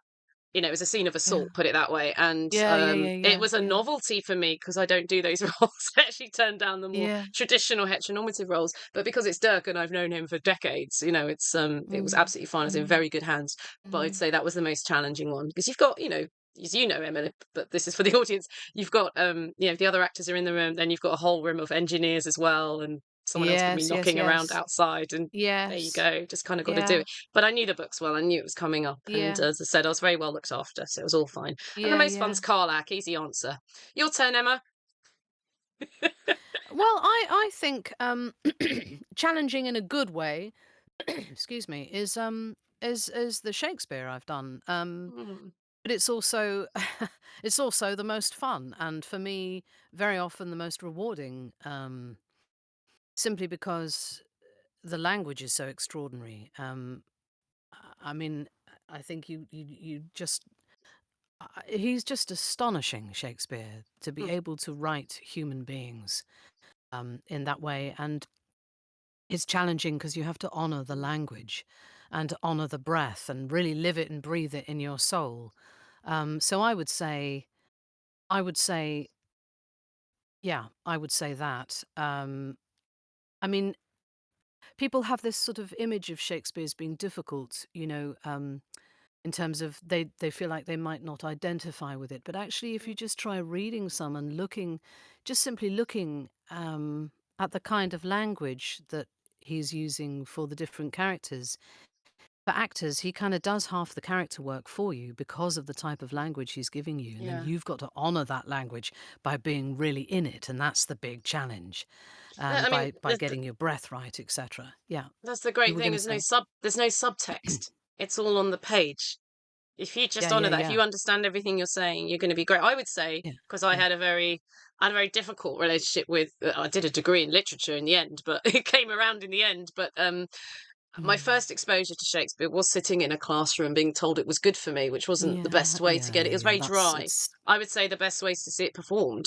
Just a absolute. It's good meant to be production in performed. It's your not town. meant to be studied in Yeah. schools. This is absolutely No. ludicrous teaching children Shakespeare that Yeah. way. If Yeah. anything, if you want to, because I've taught children Shakespeare, and if you get them up on their Yeah. feet, Yeah. explaining who the characters are, and what their Yeah. objective is, and all that sort of thing, and their what they need to be doing in this scene, they really respond to the language, particularly if Yeah. you point out things like, for example, if you take the great scene between Iago and Othello, for example, in Othello, Mhm. where Iago is poisoning Othello's mind about Yeah. Desdemona and how Mm. Desdemona has been with Cassius and etc. etc. And Othello just stubbornly believes everything that Iago is saying. But if you Mm. look at the language that Othello has, for example, in the "Oh blood, blood, blood" speech, his language is Othello's language is really, I should say there actually, because anybody can play it, but their language is really full of long vowel sounds. Mm. Mm. Ah, ooh, ah, e. You know, oh gosh, what's the oh that the slave had 40,000 lives, one is too poor. It's all big open Yeah. vowels because it's this anguish and this passion and fire and need for revenge coming out on a woman who actually is innocent if he stopped for a Mm. moment to think. you know and if you look at Iago's lines in contrast, they're very short, very Mm. clipped, very "yet be content," and that's all Oh, very monosyllabic. letting And Othello it's just that, fill in the gaps. yeah, Yeah. just dropping these little Yeah. seeds of poison into Yeah. his mind while Othello rants on this great "why," and you've got to really get inside those vowels. I had the great fortune to work with some amazing voice people at the RSC and in other companies too, and as I'm sure you have, really, really working with that dance, as I call it, between vowel and Yeah. consonant Yeah. is is electrifying for actors, Mm, and mm, or it was for me anyway. And I mm, loved doing that as Minthara. Actually, I loved doing that in BG3, and I felt so supported by Adam mm. because he got me and I got him, and yet we never met. We didn't meet each other until after the game was After, finished.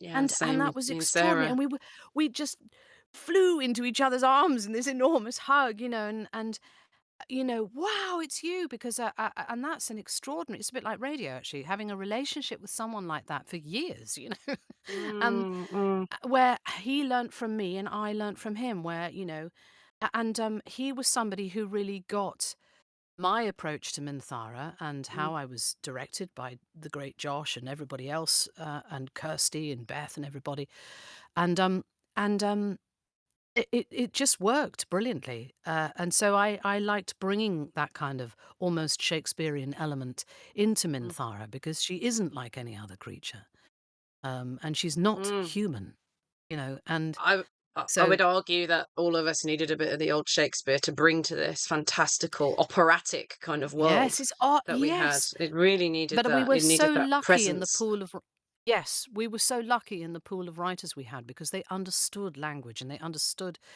the great team of actors they'd got together. And I Mm, think Larry and Ann Pitstop really, but particularly Larry and obviously as the creators, really embraced the team of actors they got, mm, really learnt from them as the years went on and other people joined, and really understood where they wanted to go and what that actor could cope with language wise. mm, And how those actors would take that language and run with it and really create the game, create the character, you know? And I'm so grateful uh, to Shakespeare really for letting me letting me sit with that, and mm, to the directors and to Larian for letting me create with that.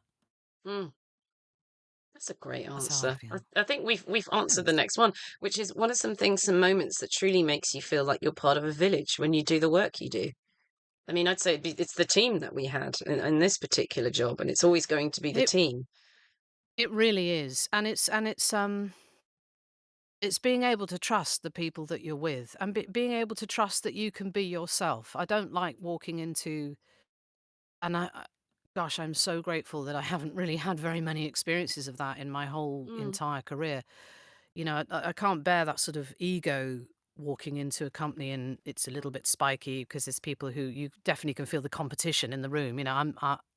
That makes me want to go and die in the corner because I just feel so. same.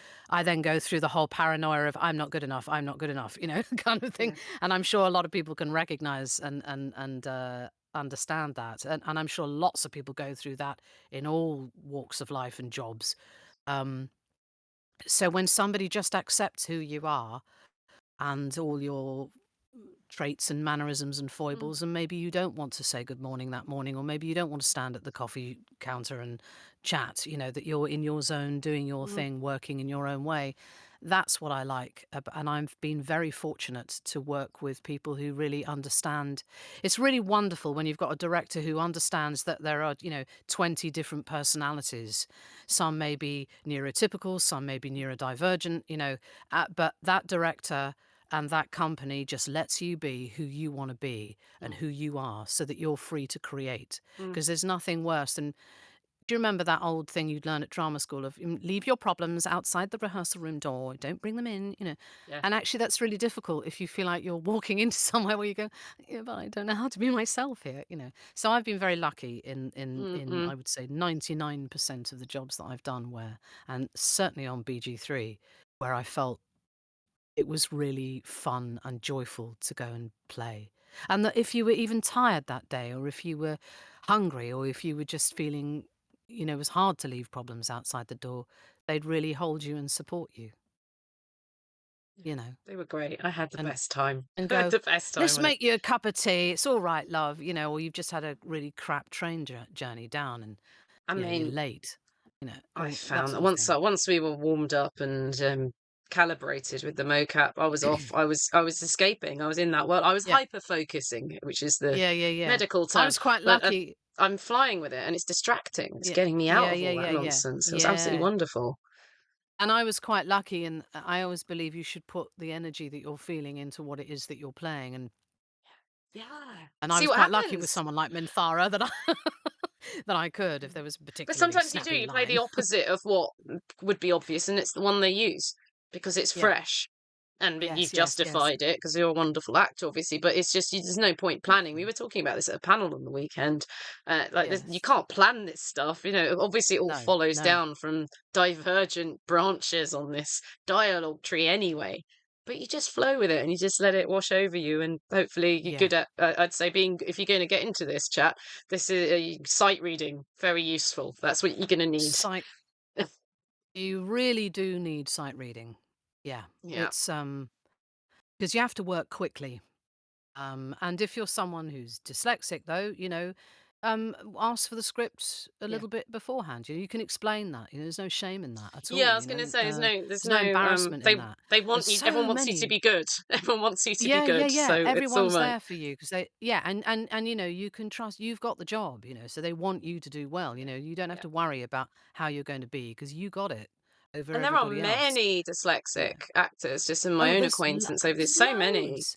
So Yeah, you yeah. wouldn't be on your own. And yeah, absolutely. And but yeah, it's good to, I would still say though, for every actor, sight reading is very important. And if you are dyslexic, then you've got to practice more. Yeah. You just got to work harder at it. And that's the way it is because studios, and this is true for television now as well, a lot of television, you've got to work quickly. And Yeah. that's the way it is. Mm, And certainly with audiobooks and things like that and radio drama, yeah. you do Yeah. need to be able to sight I mean, read. so much of it is in prep as well, isn't it? I mean, that's something I Absolutely. feel is under documented because you get asked about your method and all this, and you think, well, by the time I'm in the room, kind of know what I'm about to do, or at least what I'm about to offer Yeah. Yeah, to yeah, a yeah. director, You've got to and then give we'll work through something there. to play with. Directors love Yeah. that. They love if you offer stuff. They also like you to be able to take notes. So it's a Yes. balance, It's a really. It's a balance. give Yeah. and take, isn't it? You Yeah. give fresh ideas.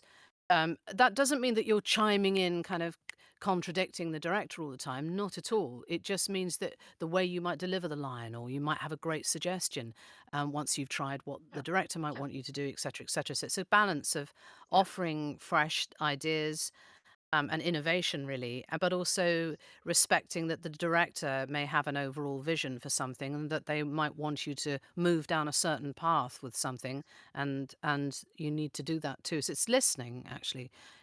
I think being a good actor is about listening a lot of the Listening and time. responding, right? And yeah, Yeah, and that's yeah, why you can't yeah. go in knowing what you're going to do because real life you don't know what you're going to do No, in no, response no, to what somebody's no. saying. No. That's why I'm a great, and we had that. Actually, it was very interesting having that freedom in BG3 in the mocap studio to, you had your technical things like having to stay in that sort of little square thing and make sure that your weight was centered or whatever, and so you've got certain technical restrictions, obviously having to face the camera and read the lines, but within that there was, again, because it's a very physical job, as I said earlier on, the audio is, we did have the freedom to move our bodies how we Yeah. thought explore the movement within our bodies, how our characters would be Mm. moving, very freely. And I love that. I love that in theatre too, when someone says, well, I'm not blocking the scene. You go Yeah. where you feel Yeah. you need to go. I love And as long as rehearsal. you learn, yeah, as long as you're not upstaging and you know about those techniques and you work out what works so that you get a rough shape of the scene, but no Mm. actor is kind of locked into, unless there's a technical requirement like a Mm, mm, particular mm, lighting plot or a mm, cue line or something like that, obviously. But yeah, yeah, it's interesting. Very interesting. I could talk about this stuff for years. I mm. love it. Careful what you I love wish it. for, that's all I'll say. Um, oh, What's here? I'm just gonna put a button on this. Viking nerd, What's right, in the chats has said something that keeps coming up that I haven't had a chance to address and I'm doing it now. It says Sam's rare opportunity to be spontaneous with the yes fist pump turned out to be one of the highlights of Karlak. It was like a perfect pair, the writing of Karlak and Sam's portrayal that had their signature all over it. I'm really sorry, that wasn't me. That was a movement director. He had ah planned it. There's a moment where she gets the date and then she turns around away from Tav thinking that they can't see her. And she goes, right. yes. It's a little fist bump. There's no way Well, I would have been able to just turn around in our mocap setup and do that. There's that's just it was true. there. Yes, So yes, it was like yes. you were kind of your feet were kind of stuck to the floor, That's if you can right. imagine. Everything else can move. So we Yes. blocked it and we did it, and that was in the script. Sorry, it just keeps coming up. It's like But I did other things that are improvised. I'm just not allowed to run around the place and do things because it just but breaks the mocap. you all came together to Of create that course. fabulous moment. So that's fine. Yes. Yeah, that was through one of the yeah, immersion ruined. Good. That was this cat's a lot. That was That was oh Friend god, that Milk, wasn't it? first name has gone out of Oh. my head. The surname is Onana. Of And ah, oh, it's really annoying. He's on my list to be interviewed on this. We'll ask him all about it. Gabriel H. okay. Onana was who really Okay. set Karlak, and we used Laban for that. But it was like, Sam, you're going Ah, to turn yeah, around. good. You're going to do a little fist pump. And I thought this is Yeah, so yeah, funny. This was so yeah. funny. Yes, then the yes was not improvised. That's right, Angus Gibson. You've heard it. Do you see what I have to put up with, Emma? Right, back to Emma, please. Okay, sorry for that. Nivita says, Emma, of everything you've been working on and in your career, which one do you think has left you with a very important lesson that you've learned for your life? Um, One, Emma. You're allowed one. one. Or Oh, whatever springs to mind, I would say. I'm just gonna say actually, I know. I'm gonna say JB Priestley and Inspector Calls, the production that I did of that at the York Theatre Royal. I loved it, and it's one of the great socialist plays of Britain. And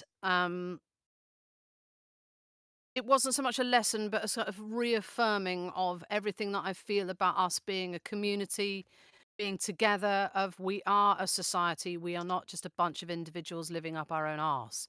That we must be together and support each other. And so, for me, Priestley is a wonderful writer of that, and Mm, I would say that.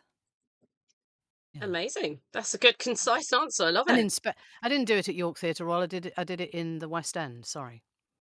I did Hobson's Choice at Ah, York Theatre Royal. So ah, losing my memory now. Yeah, but that those plays, and in fact Hobson's Choice as well, yeah.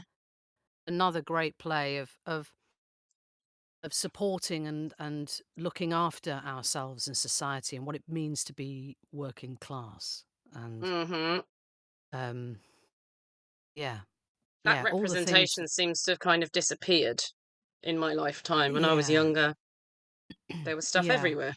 And Yeah, now, yeah, yeah. yeah, Um, but yeah, the Hobson's Choice and an Inspector Calls, I would say, kind of great reaffirmed for place. me we've got to be together as a community, and that nasty things happen when you single somebody out who is less fortunate than you, and you don't support them, and you leave people to scrabble on their own, Hmm. and seeing it so much in Britain Seeing right it right now. now. Yeah, But we won't go down the political route, or we'll be here forever. really well. You I really mean, will have I taken could, enough but of your you time know. tonight, Emma. I didn't No, even get onto no, I'm very unions. I happy to was be here. like, Oh, unions, yes, let's do that. unions. Well, that leads us Shall we? nicely onto the unions because, join a union, support each Let's other. join a Otherwise, you union, just please. get walked all over. There was a little You hand have wringing no today voice. because 3 studios went under yesterday, thanks to I Xbox, heard. Microsoft, whatever.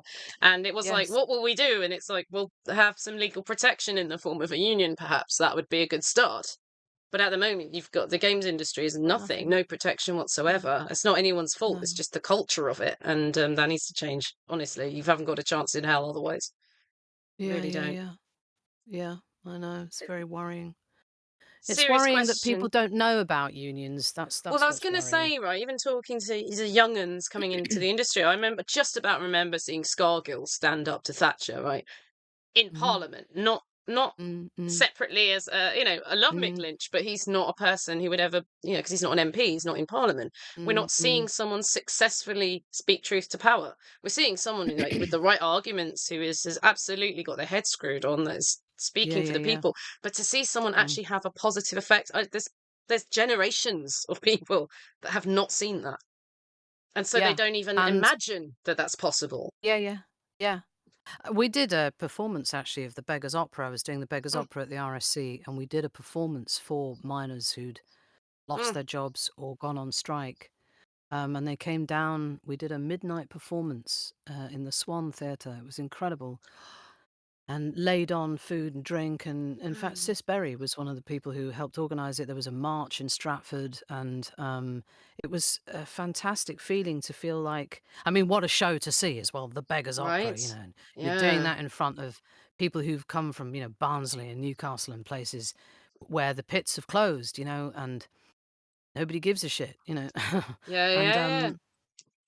you're dealing with Thatcher's Britain, and it was heartbreaking, but also really fantastic, and they loved it. They had a great time, and we wanted to do that show for them, so we did.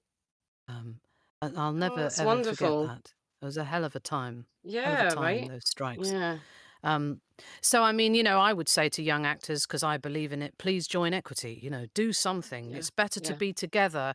And if there are things about the union you don't like, then it's better for us to be together to try and change it from within, But rather what than kills going, me is well, I'm just not bothering. well, that's the argument I hear, and I say, well, who's running? Who do you think is running the union? Is Yeah, it just somebody random, or do you think it's other actors? Because if it's other actors, and you could be one of those actors, and you could help run it, but you do need to get involved. If you're going to be passive yeah, about it, yeah, you yeah, can't complain yeah. about it. We've also got a lot of That's right. Americans here as well, so SAG-AFTRA as well. Yeah, If you're in yeah, America, absolutely. SAG-AFTRA as well. Yeah, for sure. yeah. Yeah. But that's fine. We got a Um, serious question, serious-ish question here from another one from yeah, Nivita. There's yeah. as actors, do you have any boundaries that you communicate before taking on a role, whatever it's about, or are you open to doing anything that's asked of you? That's an No. interesting one. Well, for me, it would be physically. If there was a certain sort of amount of,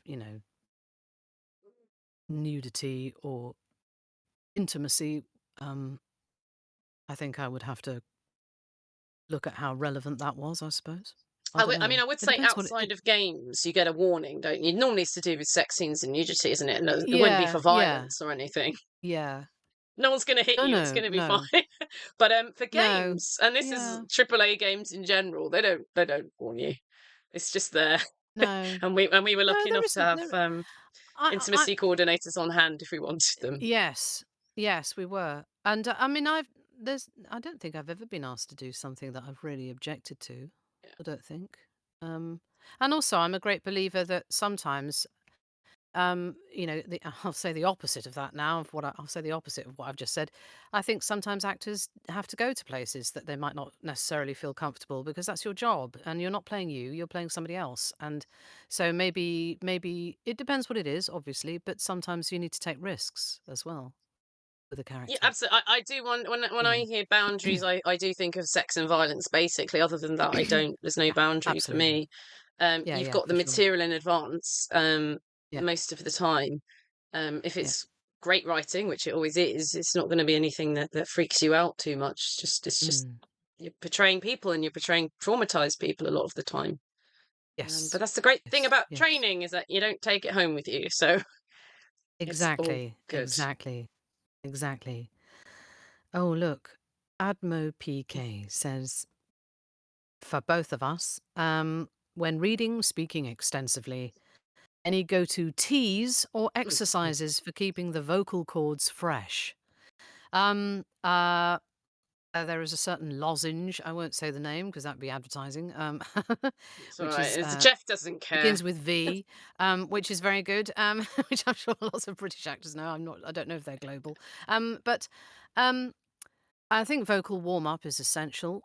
Mm. Breath work is essential. There's a Tai Chi exercise I do to get my breath going before Mm. work. And then there's sort of tips like don't eat a lot of dairy the night before you're going to do a job, any job actually, because you will be clearing your throat constantly.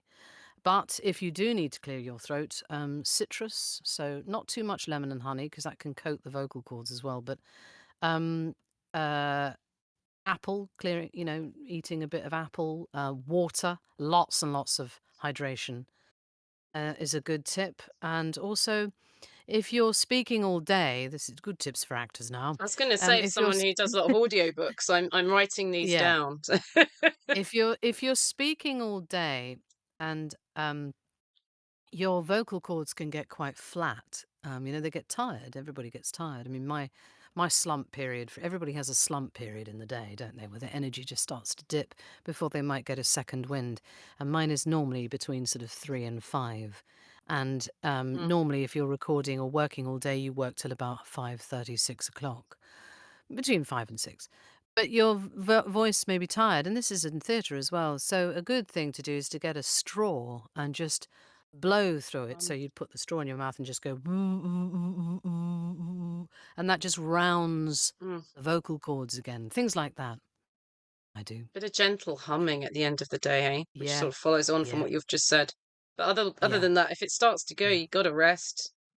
You've got to Sorry, rest. chat, Yeah, you've got to and rest it. yeah, yeah, and that's a good one for games writers and developers and creators. Really, is that you know an actor, particularly if they live off their voice, can't do 4 hours of battle cries and shouting. It's just, they Yeah, so could, but it would be not a good that's thing. that's a very good point. Now, the reason why they don't have that so much in America is because they've got SAG-AFTRA contracts, Emma. So what I would Mm, do, because we don't have any sort of regulation here, interesting. is I'd just grab their contract and just go, right, we're going to do that. We're going to have breaks at this point. And yet, if it's vocally strenuous, it's a 2 hour Yeah, session. yeah, That's yeah, it, yeah, for done. sure. It has to I be, yeah, unionise and then myself.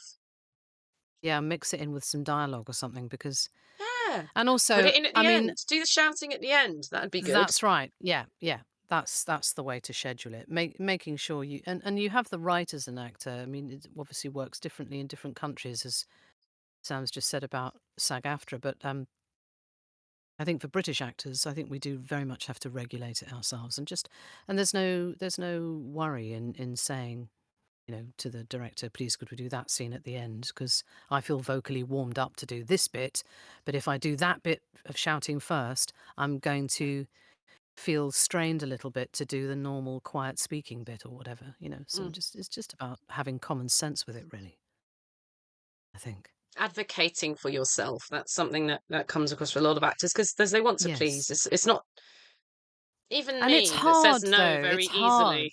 When the Yeah. adrenaline's going, I don't notice it until it's kind of, not want to say too late, but I remember Kirsty going, "You're having a break, Sam. I know you said you feel all right." And then Yes. we went to Yes, break, and yes, I yes. realised it was a Yeah. little bit Yeah. scratchy, and I went, Yeah, yeah. Yeah, yeah. Yeah. Yeah, yeah. I mean, I had moments with Minthara where it was sort of quite growly, but I think I deliberately played with that because I wanted her to have different voices for different "Mm, scenes, mm, mm, mm." And In you've a also got, sense, I your wanted to have diaphragm and years on stage, and that's going to help you because yeah, you've been projecting for hours yeah, at a time. yeah, yeah, yeah, yeah, yeah. No, it's important, but I do think, and I think actually, in talking about advocating, I would always support and advocate for young actors new to the business to be okay with being able to say to the voice director or director generally, you know, could I move this scene to then, could we do it this way round because of my voice?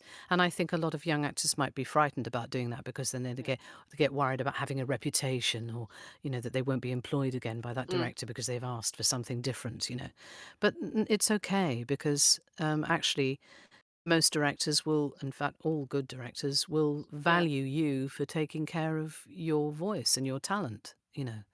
So don't be absolutely. don't And be worried about that. and also, if somebody, I mean, it's a great indicator if somebody can't respect basic boundaries and breaks and things like that. Do you really want to be working with them? Yeah. It just means if Yeah. someone's that thin Yeah. skinned to get offended, and there are a few out there, I prefer not to work Mm, with them. It's okay, I'll live. mm, I mm. don't like to But be it's walking on eggshells. yes, but I think it's just generally about younger actors having Hmm, confidence because you're still hmm. building your confidence as you And build there's your still feeling career, that you aren't need to you? prove yourself as well. Like, even though you've got the job, there Yeah. might be that imposter syndrome, that Yes. you could get fired at Yes. any point when they Yes. find out. Yes. Yeah. Yeah, yeah. As soon as they But find I out would I'm not the say real deal. I think the voice and breath work is the most important Mm, thing. It's the yeah, biggest yeah, tool you can have other than imagination, really, as an actor. yeah. Um, Bit of technique, and kids. Bit yeah, of technique. because without it, you'll suffer, and I can hear it. I can hear if you don't know how to use your breath. If Mm. somebody was to read a paragraph to me, I can tell you instantly whether they know how to use their breath. So Get that it's chat, a write it giveaway. down. If you wanna Emma do knows. audiobooks, it's a real giveaway. Yeah. I mean, that's To quite. I'd learn say and if you that want to become like a voice actor specifically, like pick the most yeah. boring book by someone you hate and see if you can get through it. Like, read The it out aloud. but, you know, what certainly younger actors, and again, I'm please don't anybody ever think I'm being patronizing or condescending saying this. I'm really not at all. But there is I feel, certainly in this country, in the UK, there is a real dearth of classic literature being out there in modern people's, daily lives, and Yeah. I feel very sad about that. The best way for actors to learn about breath technique, if they want to do audio work, is to read the classics. Take some Dickens or some D.H. Lawrence or some, E.M. Forster Mm, or any of these fantastic writers, who will fire your passion and mm, imagination, and read their sentence structure. Mary Shelley, because it's mm, hard work. And Shakespeare, if you look at Shakespeare, read mm. some out loud. It was meant to be performed, not read, Yes. even though it is poetry. Uh, Um, um, and find where your breath runs out. Find, wow, does that feel right as the character there to take that breath there, or do you feel Mm. like you're interrupting the flow of the syntax, or the flow of some very important thought? You know, there's all sorts of techniques. I could That be I here don't all know. night giving you some That's. techniques. I feel that's the kind side of the coin because I recommend people read The Art of the Deal by Donald Trump out loud and see how far they can get. Because that's That's a good litmus brilliant. test about whether you want to be a general sort of audiobook reader because you don't get to choose a lot of the time. Just going to put that out No, as you possible. It's don't. possible you could be reading No. something you hate. Just saying. Just saying. Listen, it But happens a Emma's lot of the version is also time. really valid. It happens a lot of the time. You have to bring alive something that really isn't very well written.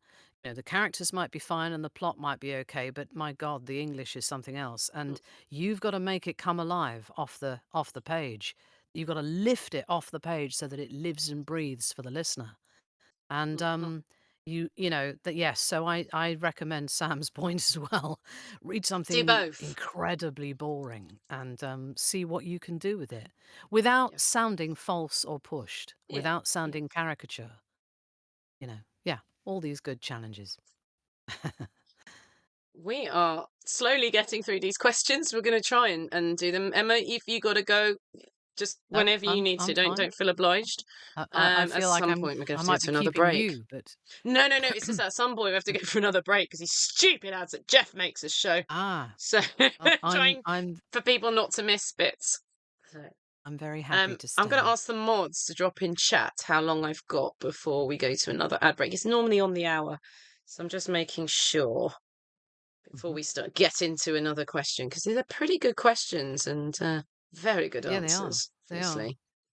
Um, very good mods, questions. mods, tell me how long have we got till the next ad break?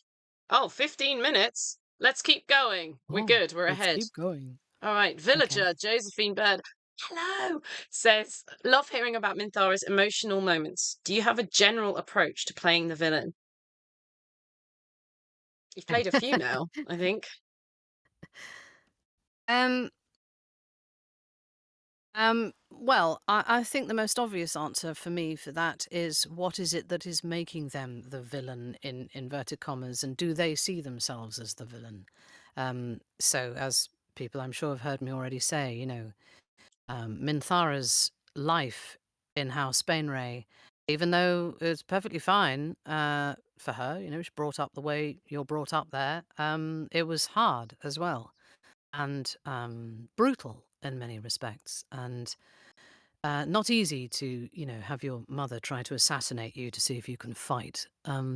You know, so there are consequences always as to why people are the way they are. We could say Trump is a narcissist. That's why he is the way he is, you know. Um, and, things like that. There are characteristics about us, aren't there?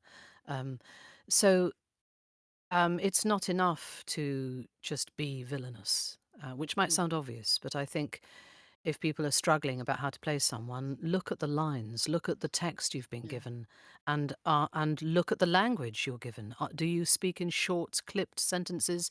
Do you have long, rich vowels, which would suggest maybe passion in something or anger Mm. in something, or so it's those sorts of things. Looking at the language, looking at the text the writer's given you, looking at what you want and any background information the writer may have given you about your character. Um, yeah, and asking questions about why. Why are they like that?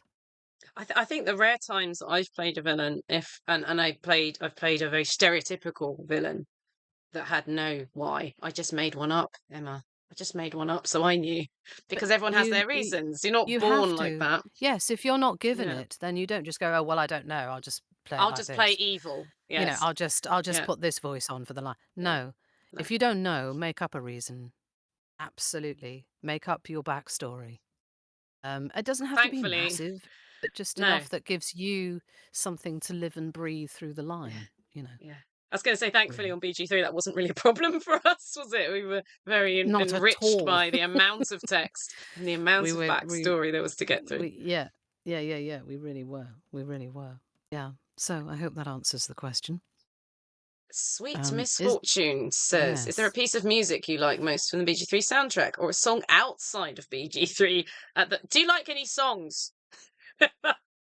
I like Preferably in loads of BG3 songs. soundtrack.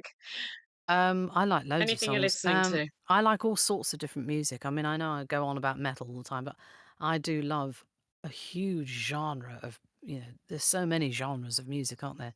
I'm really enjoying going to lots of gigs at the moment, concerts at the Ooh, moment, and seeing all sorts of different people I'm going to go and see the Eagles soon, and I've just seen Simple Minds and Stranglers, and I'm going to go and see, oh gosh, who else am I seeing? I'm going to see Brian Adams very soon. I'm probably dating myself now because everybody it's sounds classic really rock, old. Emma. Classic rock. But classic rock. But I love classical a lot as well. So, and I love lots of. I really love Charlie XCX. I'm really enjoying everything Yeah. they do at the moment. I think they're brilliant, and I'm thankfully going to see them later on in the year. So that's going to be a great night.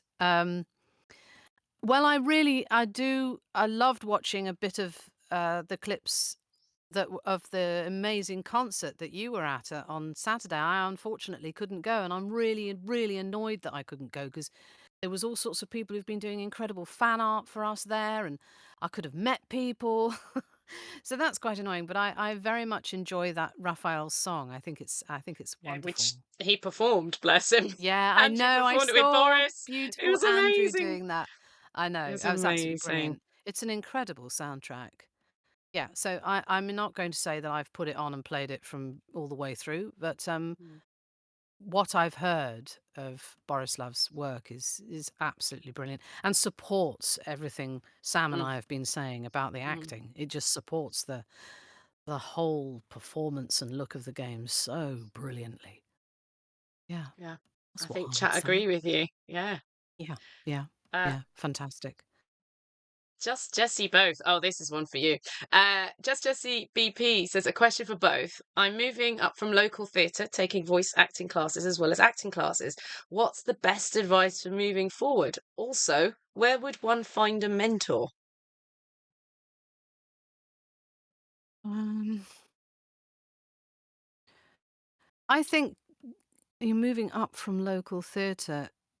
Well, I think an agent is really important, actually. It's very difficult to get access to work, but I think writing to people as well, writing to Mm, agents, but writing to companies you'd like to work with, and writing to games directors and people like that you'd like to work with.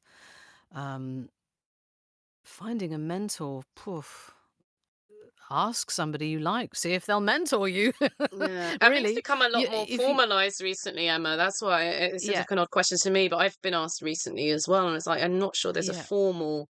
I mean, there There might be in there your is country or whatever, there but isn't a it's not so formal formal. there's no formal process to anything in art. It is you go for it It's the way fair, you wanna yeah. go for it, and if there's somebody you wanna work with, contact them if you can. Yeah. I mean, I don't mean badger them, but drop them a line, and say, "I'm a new young actor, I'm a well, new actor, and I really love the work that you've Yeah. done, and I would really love to work with you. Would you consider, meeting me for something, or could you keep me in mind for next time you're auditioning for something?" That Even sort of better thing, if and you're in a show or something, you can invite them to, or if you yes, have that a you bit of can a show invite reel. yes, Yeah, yes, absolutely. Yes, trying to get if you want to go into games, having some sort of voice reel, and please don't go to your mate down the road who has a tape recorder and a little rubbish mic in the corner. Please get one done properly by somebody who actually knows what they're doing, because you won't get in the door. I'm telling you now, mm, if you don't have good reels, you will not get in the door. Because agents and directors and casting directors are inundated all the time. yeah, And please find somebody who can make the reel properly with you. And I know that these things cost money, but actually sometimes you've got to speculate to accumulate. You really yeah. do, I'm afraid. It's an investment, Because these isn't are it, the Emma? tools of your Yeah, trade, the yeah, tools of your trade. Because there are thousands and thousands and thousands and thousands of people out there, all with, trying to get reels and all the rest of it. And it's very easy to cut corners with things, and you mustn't, because you want something that really supports you. And certainly in the audio world, that takes time to get together, because you've got to work with the material. You've got to make sure that not every voice fits in every genre of work. Not everybody is going to be good mm, at audiobooks. Not everybody is going to yeah. be good at games. But some people might get millions of commercials and never get any games or audiobooks. That's right. And they Yeah, might be happy with that. So you've got to find the material that works for you. That means knowing you yourself as an actor.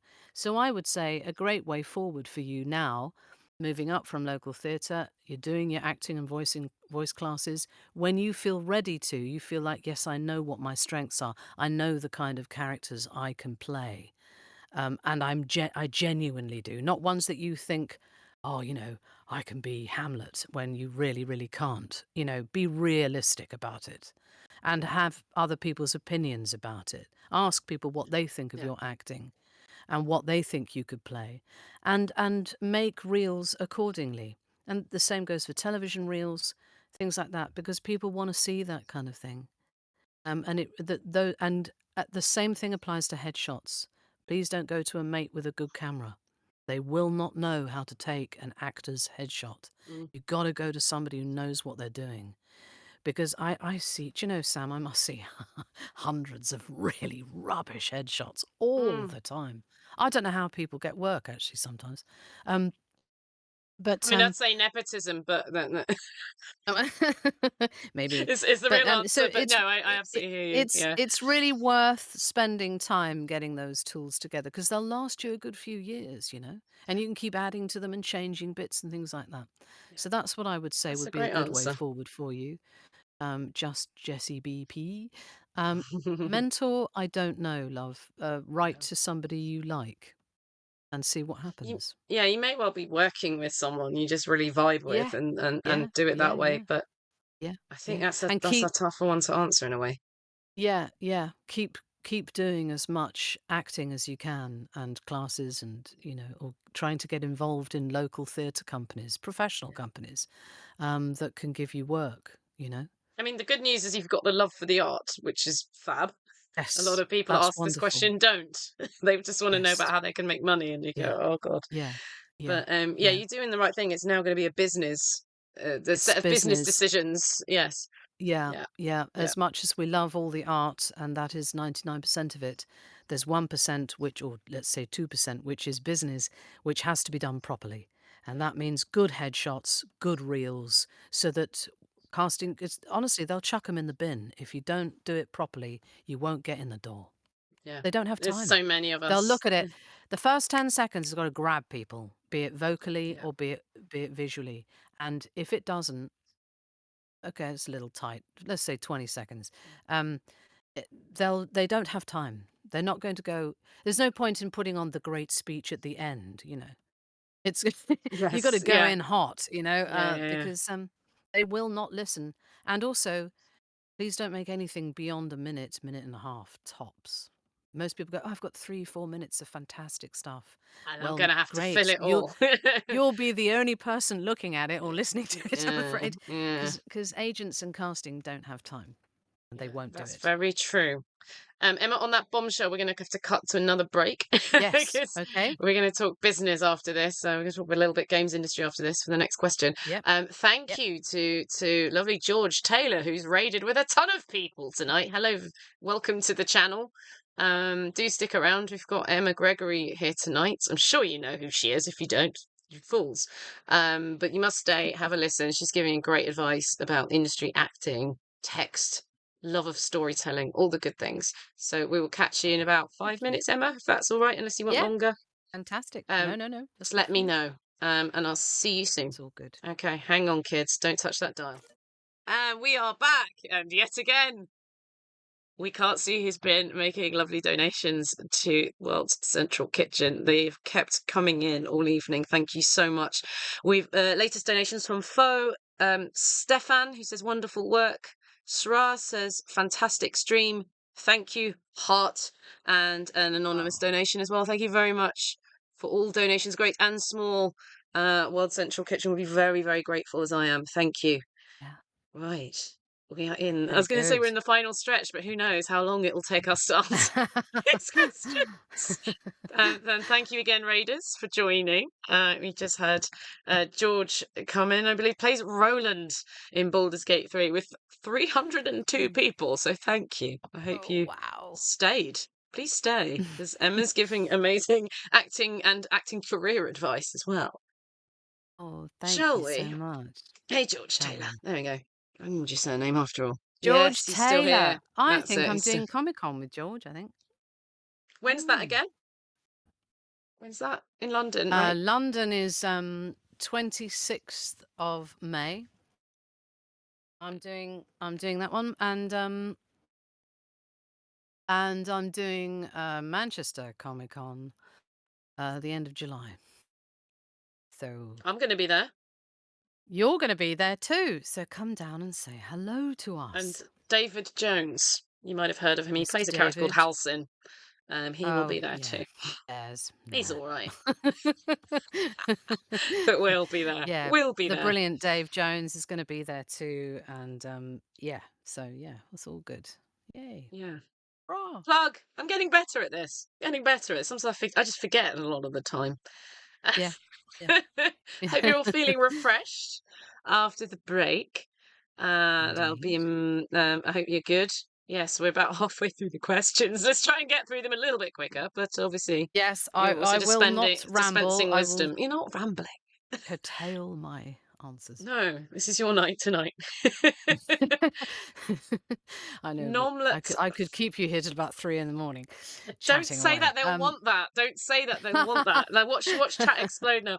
Nomlet Fromage says, have you noticed any difference with how video game companies handle NDAs from when you started in the industry compared to now? I love your name, Nomlet Fromage. Cheese omelette. Mm, I had a cheese omelette little for my one. dinner, Oh, ironically. what kind of And cheese, Simmer? cheddar, the best kind, Yeah, yeah. cheddar, with a few You mushrooms know and where you are with tomatoes cheddar. thrown in. You You know know where where you you are are with with cheddar. cheddar. I love cheddar. The stronger, the better. Um, I haven't. Sam, have you? I mean, I would. well, actually, I would say, sorry to interrupt you. No, I would no, no. say I've noticed that there are more NDAs generally in the business. I mean, you just can't say anything. Everything now has a blinking NDA. I mean, what do they think we're going to do? You know, but everything is covered with everything now. So Mm, that it's increased. I would say that's what I've noticed. I mean, when I started, I wasn't doing games, admittedly, but there were just wasn't. I mean, it was just nobody had things like that particularly. Um, Maybe they did in big telly or film. This is in the UK, of course. I don't know mm. what it's like for in America or elsewhere. But I have definitely noticed in the UK an increase in NDAs. To the point where I know agents are just sick and tired of them. It's like, "Oh god, another NDA," you know? Yeah. Yeah, what about Uh, you? Have you noticed? I would say, well, I've only ever seen them in Triple A's, and I've managed to Mm. not ruin storylines or the fact that I'm in something when I'm in indies. Yeah, What I've noticed is it's bled into other parts of the entertainment industry. So films now, TV shows. Before I even look at a yeah, script, I'm seeing that I'm yeah, signing an NDA, which is a great yeah, way to yeah. obfuscate a title and not allow an artist to negotiate their fee. I'm just saying. Maybe I'm being cynical. I'm just saying because it's such a fuss. Such a fuss. I But don't. it's also it If you did let the cat out of the bag, you don't work again. It's really simple. You're just not going to work again. yeah. So it's enough of a But deterrent. also We've had, maybe years of maybe this try without anyone trusting doing it. people as maybe try Yeah, trusting people as interesting well, though. people. I just find it But bizarre that, also, yeah, I could do, something for Disney on TV or film, right? I'm doing Marvel, let's say, and I'll know what it is. That script's going to have my name on a watermark all over it, right? They know if it's me if I leak, right? I don't have to sign it. They won't ask, they never used to ask for an NDA. Yet, if that's a Marvel adaptation of a movie for a video game, I'll be NDA'd up to my eyeballs. And I don't understand yeah, why games is yeah, being yeah. treated differently from film. Yes, it is That's all. weird. I mean, it is now a prerequisite in the UK anyway of most auditions now that you sign, in order to be able to even To read it. send a self tape in or audition for something, you've Yeah. got to sign the NDA first and return it up with this by a certain time. Otherwise, you won't get seen or Yeah. considered, or blah, blah, blah. It's all a bit, whereas, yeah, I remember in the old days of TV and stuff, like Sam's just said, your name would be watermarked all over the script. They'd know Mm. exactly what they'd sent you. And there was an element of, you know, can we ask you politely, please don't mention this to anyone or show it to anyone? And that was Yeah. it. And no, And well, people didn't, I've known, there's no no, I've scandals of never known anyone anybody do leaking. that. Yeah. Why would you? What do you gain from Yeah, that? Nothing. exactly. Apart from You being don't know enough unemployable. about the story or the character, so it's Yeah. completely pointless Yeah. talking about it. Yeah. And yeah, I don't see how you're going to benefit because, like Sam just said, you won't get the job and you might not work for them again. So you wouldn't do it, would you? What's the point? Crazy stuff. What I find cute though is I was right at the end of right at the end of BG3, people were starting to take selfies in the booth. And I knew not only that they were at pit stop, but I knew which room they were in. I knew which studio they were Mm, in. Because you see a little mm, mm. corner and you go, oh, that's mocap 3 or Yeah, yeah, and I thought, yeah, God, if I know, and there's hundreds of us on this, like who else is yeah, gonna know that you're on it, dude? You just don't yeah. say anything. Don't post. Don't post. It's for the best. No, I mean, I think, well, sometimes I've sort of said, "Oh, lovely to be back at pit stop or whatever," and I might have shown a picture of, the top of the suit or something like that, but I Yeah. don't say what it's for. Yeah. And pit stop life doesn't just evolve around BG3, Right. Yeah. They do lots of Yeah, other yeah. things. So, Yes. I just found it that cute would that be I just thought they were being all mysterious with the mocap suit, and I recognise the suit, I recognise the studio. That's I know exactly where you are and what you're doing. yeah, Hope you're having fun. yeah, yeah, yeah, yeah. Moving on. Yeah. Coos13 Yes. says, when playing so many types of characters, how do you find each one's voice? And do you ever catch yourself getting too close to another character that you have played when doing so? Hope that makes sense. So we've got, yeah, how do you make, I guess, variety?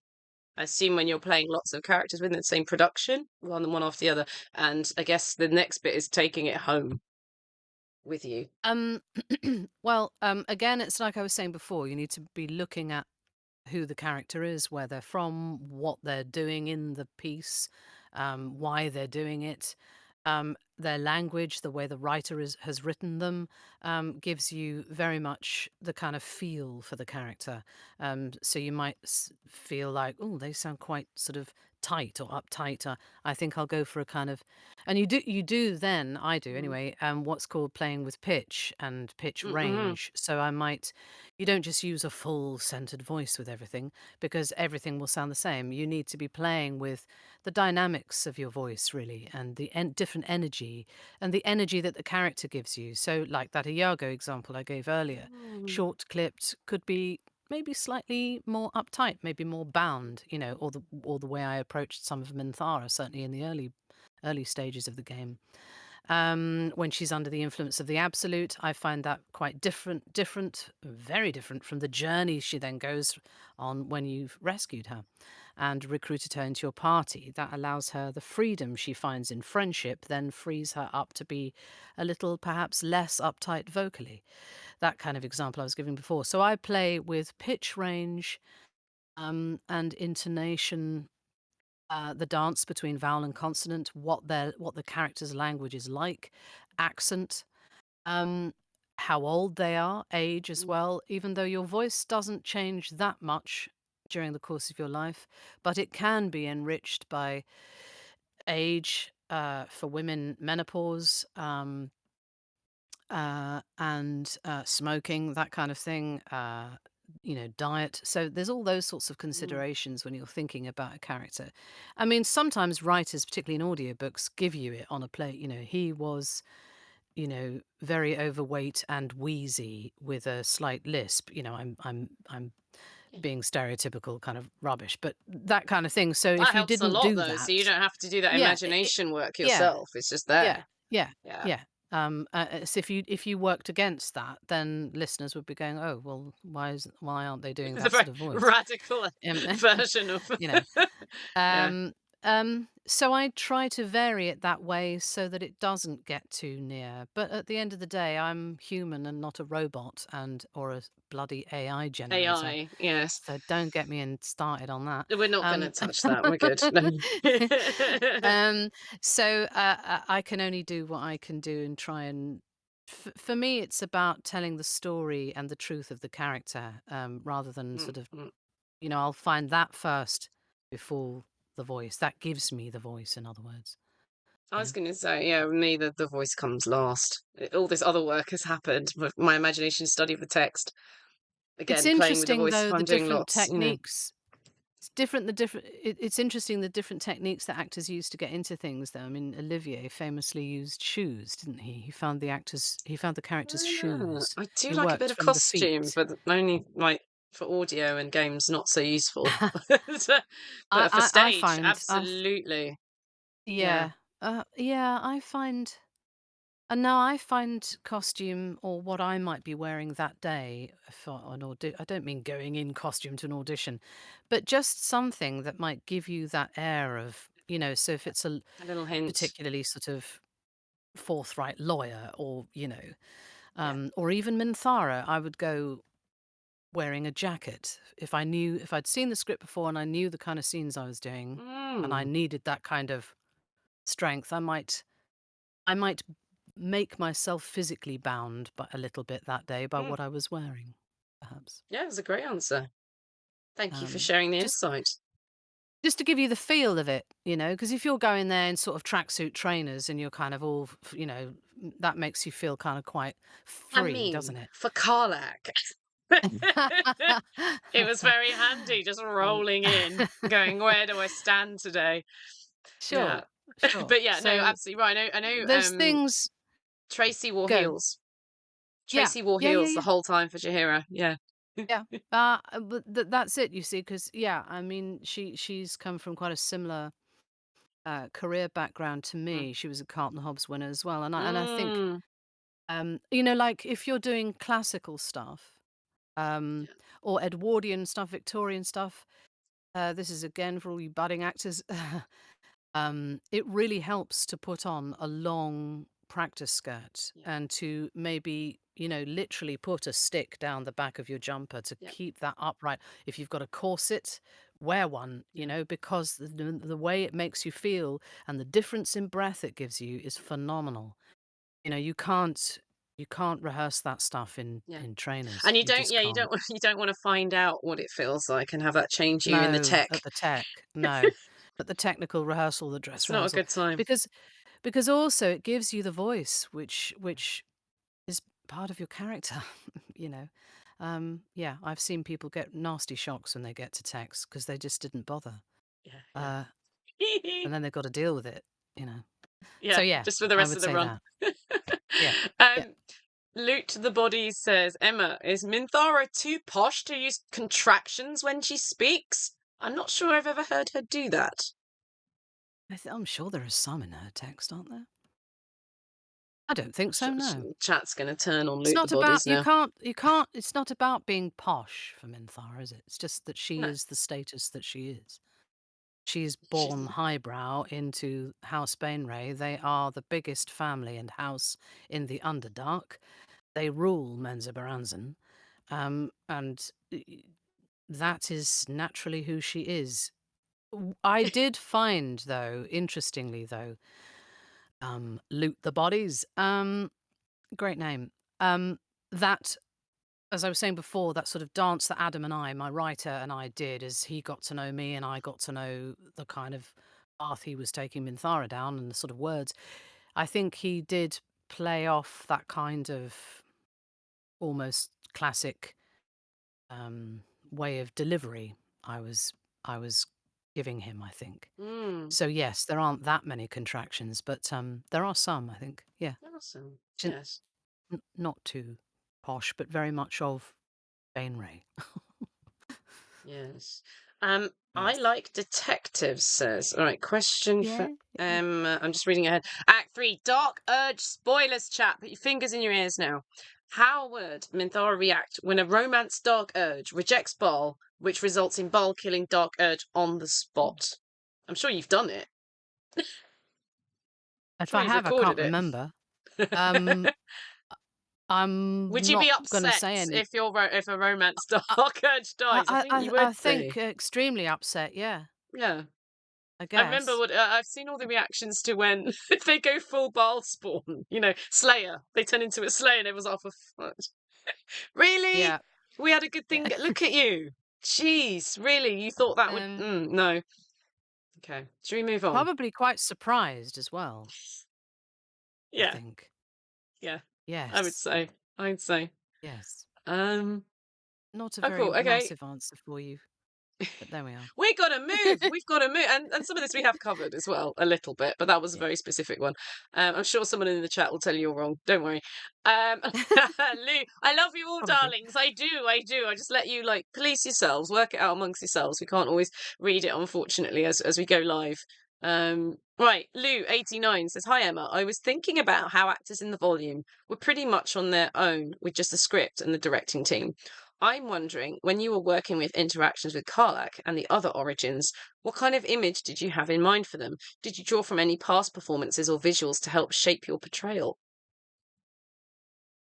Well, I was shown what they looked like, um, so I could see them, and again, our directors were really good at describing what those characters might be being like in that particular scene, depending on where you are in the game, that sort of thing. So, um, and so you're told, because your relationship changes all the time with everybody in the game, and you have to know where you are in it. Yeah.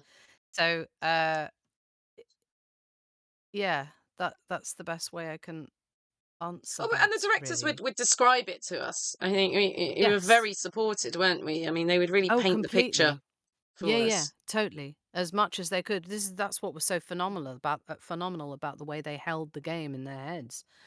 Yeah. Um, so yeah, And it yeah, yeah. And then sometimes they'd be like, okay, so this in this tree, Karlach has a poor relationship with you. She disapproves. That's So right. you've got the same line, but she disapproves, and then you have it, and you're madly in That's love with right. each other, and that sort of thing. Exactly. And And you yes, and you'd often have to repeat the same line, but in totally different I love contexts. that. It's like a endless Yeah, it rehearsal, was wasn't it? And just fascinating. discovering a Yeah, text for the first time, yeah. and So it in all this stays in one, the final product. yes. So in this one, Minthara really doesn't like Gale, so play it this way. In this one, Minthara really does like Gale, and she's teasing him, so play it this way. So and yeah, and visually, I would know what they look like. Not at first, though. At first, it was all about just being literally guided through it by Pit Stop and using your imagination Yeah, about it's a very useful depending on what. skill for an actor. Yeah, depending on what kind of. I mean, so I don't think I imagined your colour of orange, reddy orange, but, when I was told that you were, what are you, 10 foot high or something with massive Yeah, horns something and like that. Yeah, I was like, okay. And so, yeah, I have, you immediately try and picture that in your head to get through the yeah. line. And Yeah, then, it really and was then like, as, how much do I like this person and how far away from me are they? Was it yes, just the yes, you'd have physics to of certainly have to it? ask that early on. Yeah, And then as we got more into the game and we were allowed to know more, then we were allowed to see visuals and, Yeah. so then that fires you again, Yeah. Yeah. Yeah. Really helps. Yeah. Okay. Loud and Kerry is one for us both. What do you think? What do you find most valuable or helpful in terms of direction and feedback from directors during recording sessions?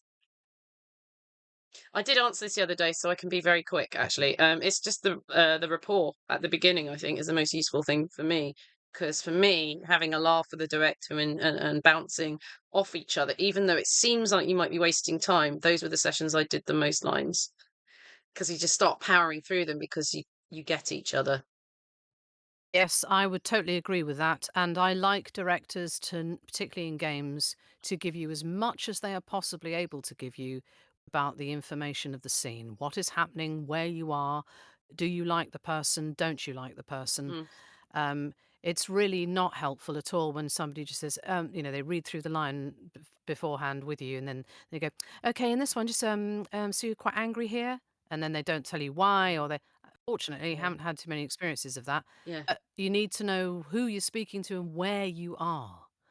yeah, Particularly in games. What am I in a forest? Am I speaking to 10,000 warriors I'm about to command? Sometimes it's obvious, obviously, from the line, but you don't know because sometimes it might be like a close up shot of here yeah, you're speaking really quietly, but there are 20 people listening to you, yeah, So yeah. that really determines the level of projection. Um, so Games Workshop, for example, actually are really great at doing that. Matt will say, okay, in this scene, you're standing on a rock. There are 50,000 orcs in front of you. You're about to lead a charge. We want a massive hurrah at the beginning. And then in this bit, this is happening. And then this comes swooping in and that. And suddenly you've got the whole scene. And, and I thought they were fantastic on BG3 with that Mm, as well, mm, with the amount of information they had and were mm. allowed to convey. Um, yeah, so I agree. Being able to be yourself, being able to play freely, being supported in that, and being given really good context so that you can fire your imagination and play. Good answer. Laura Norda says, Emma, did you play other Oh, characters in BG3 other than Minty, Shecht, and Bouthier? Sorry if no, I I've think it was mispronounced that. just those three. Yeah, it was just those three, I I'm believe. moving on. We got to get through these. I apologise, but this is their Laura name. Norda, hello, Laura Norda. Go on, Wank go on. Bagel. Wank Bagel says, a question for Emma. Have you seen the Lae'zel versus Shadowheart favourite child memes? No, have you? Should she have? No, I don't know what they're talking about. No, I Just leave us haven't. a link in chat, and one of the mods will grab that for us later. Don't No, disappoint us, I. Wank Bagel. um, Oh, Carsey says, question for both Emma and Sam. Learning that Emma is a horror fan and knowing Sam has worked in an indie horror game, do either of you have any interest in joining any future horror game projects? Indie or big name franchises like Resident Evil? Just in general, what are some horror games you both like? I'd like to be in Resident Evil. I'd like I'll to do do it. any game that I'll involves do a game. vampires. Yeah, anything like that. I'd love to Good do that. script. And I'll do your game. yeah, That's it. That's the oh, criteria. horror. It would be so exciting. Or if there was like a game version of Pearl or something, it would be so exciting. Oh, more Barker. There needs to be more Oh yeah, Hellraiser the Lovecraft. game. More Barker needs to come on. I tell Um, you, if you don't know Hobbs Barrow, it's like you mentioned James and Lovecraft next to each other. I would say they're the big influences on Hobbs Barrow, and it's set in North Yorkshire, brilliant. and it's as unfriendly as you could imagine. Brilliant. The mid 1800s Oh, for a I'm going to woman on look her at own. that. Yeah, I'll And send you I a key. mentioned, I'll send you a key yeah, so you yeah, can play yeah. it. It's And a very I've short know I've game. mentioned I know I've mentioned before Alan Wake because that looks quite I sort was of going to say, Alan Wake horror-y, 3, please, horror-y. Sam, if you're Yes, watching. please. I'm right Yes, here. please. I'm right here. I And would Emma love wants to to come be along. in that. Yeah. Oh God, that'd be so much fun. I would Yeah. love to do a horror game. I would really get into that. That would be There we very, go. very cool. So we're Yeah. up for that. Yeah, we're Anybody up for that. listening? Sistinator says, I love reading, watching you talk about Minthara in interviews. She's one of the most fantastic characters in the game. Oh, How did it thank feel you. when it became easier to recruit her in a good playthrough? Um, I was in two minds about it. There was a part of me that thought it was a shame because it's a game and she's not human, and sometimes in games you get to do stuff that you wouldn't dream of doing in real life, and there's some, I'm not going to say fun, but there's a kind of there's a challenge in that. And then on the other hand, I also really appreciated the fact that people wanted to play her and they were tired of turning her into a sheep or whatever the heck it was to kind Yeah, of that's what it recruit was, her the some workaround. Yeah. weird random Or way knock to her out or something. They were the two ways. yeah, And and yeah. yeah, so I'm very appreciative of the response at the same time as me saying what I've just said. I'm very appreciative of the response that people have had to Minthara and that people asked for that, for a possibility of making it easier, and that Larian listened to that. So I just don't want to. I don't want to weaken the complexity of Minthara or the complexity of playing the game in many ways. So there's a little element of me thinking that that may have been done slightly. But at the same time, I also feel, being the Libra that I am, so I'm obviously seeing both sides all the time, um, that it's also great. So both. That's a solid I think's answer. fair. That's fair. Yeah. Daniel Ans, this question for both. Super random, but what is your go-to happy mood song? Oh, it depends what mood I'm in. Sometimes it might be blasting out some Metallica. I was going to say Sometimes it mine is might just be, really angry music. Makes me feel great. So yeah, like the yeah. Broken I EP have by got, Nine Inch Nails never fails to cheer yeah, me up. Love it. yeah. If I'm feeling really, really, really pissed off about something, I will definitely give it a bit of Rage Against the Machine. Mm, Loud in the kitchen, mm, that'll always cheer me up. But at the same time, I love soul music and I love reggae. Bob Marley always, mm. always cheers me up, makes me Yeah, come back to all things good. And yeah, also punk. I love punk. So it just depends what mood I'm in. And I also love yeah, classical, so I'll put on a yeah. bit of Fauré or I Mozart or, I always find those questions odd. What's your favorite film ever? What's your favorite piece of music? I can't. It's all contextual. It all depends on the day and how I feel. I My can't answer that. go-to movie if I'm feeling really down to cheer me up always is Jaws, without I love it. fail. I could Oh, put you really Jaws are a horror on fan. and life is okay You're like, I'm 'cause not it's anywhere near that shark. It can't get like it's so much I worse for love these guys. it's just one of the most sublime movies ever made, that film. I think that's fair. And I think it's fair. anything with the actor Daniel Otey in it. I've probably pronounced his Ooh. surname wrong, but Jean de Florette or Manon de Sauce, Oh oh, yes. Yeah, just yeah, so yeah. life affirming because it's acting affirming. And I feel the same with Yeah. Jaws. I think Richard Dreyfuss and Roy Scheider and just it's phenomenal. Robert Shaw, of Mm. course, the great Mm. Robert Shaw. Phenomenal acting. And that always makes me feel, you know, Yeah. reaffirmed. I do love a Yeah. bit of And I'm Spinal Tap. I'll give it that. oh Spinal well I Tap was will just gonna just say cracks me up.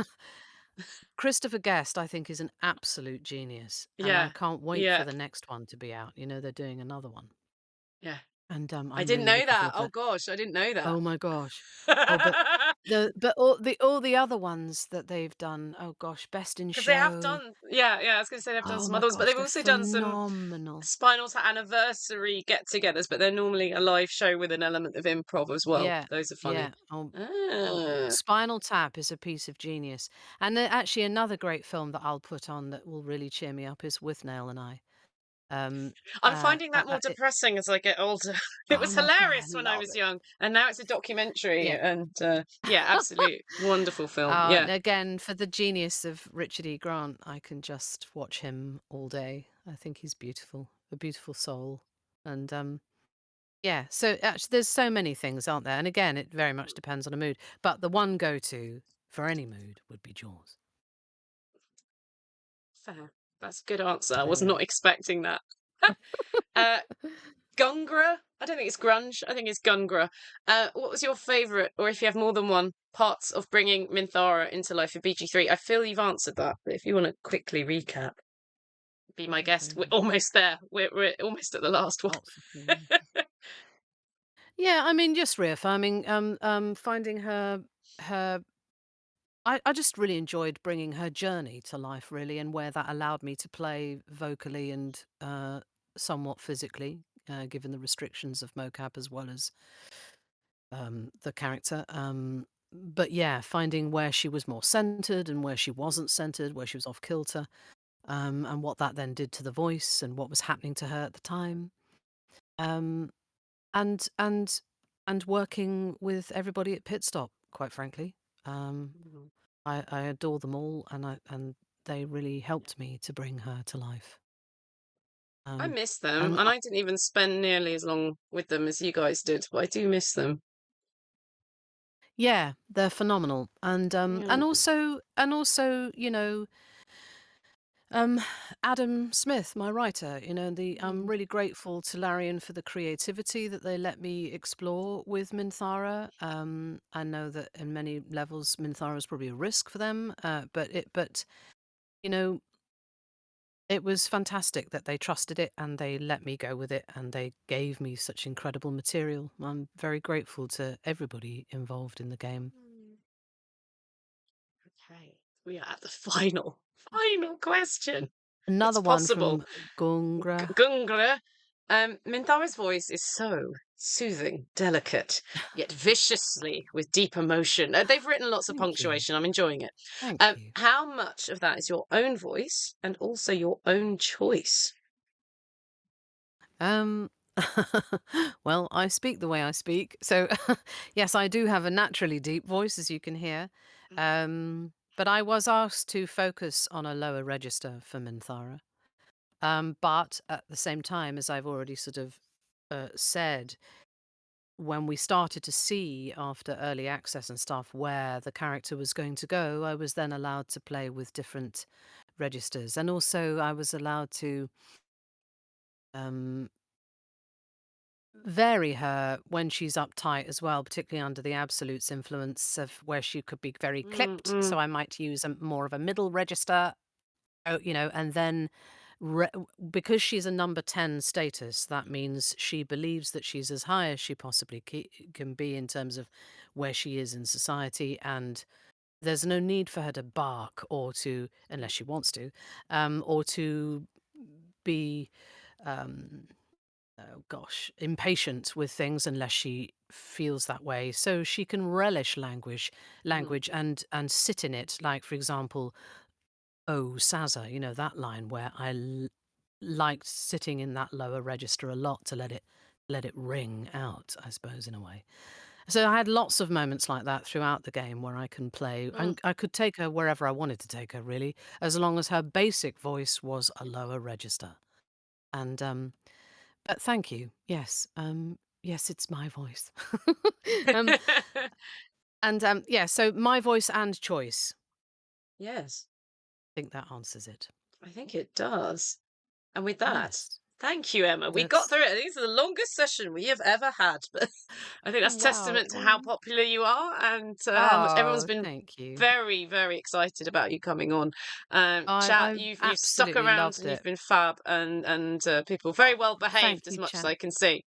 Thank you to the mods for keeping everyone. I see sometimes I think see things disappear, and I go, okay, that's the mods. Thank you, mods, for keeping this place safe and happy and chill, and for making us all feel comfortable. At least I hope you all feel comfortable. We're going to go say goodbye to Emma now. So all wave, please. Bye, bye, Emma. Thank you so much, Emma. I'm just going to sum Bye up here, bye and then we're going to everybody. raid someone. So do think about that, mods. Yes, and if you could, mods, if you could put Emma's socials up again in a bit, that'd be great, and then you could follow Emma and see what she's up to.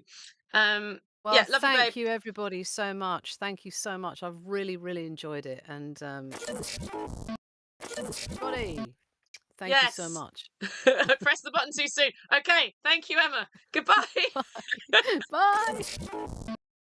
There we go. Thank you very much, everybody. I just wanted to read the last few messages out. We have, oh my gosh, we have a total of $820 for the World Central Kitchen. That is phenomenal. Thank you so very much.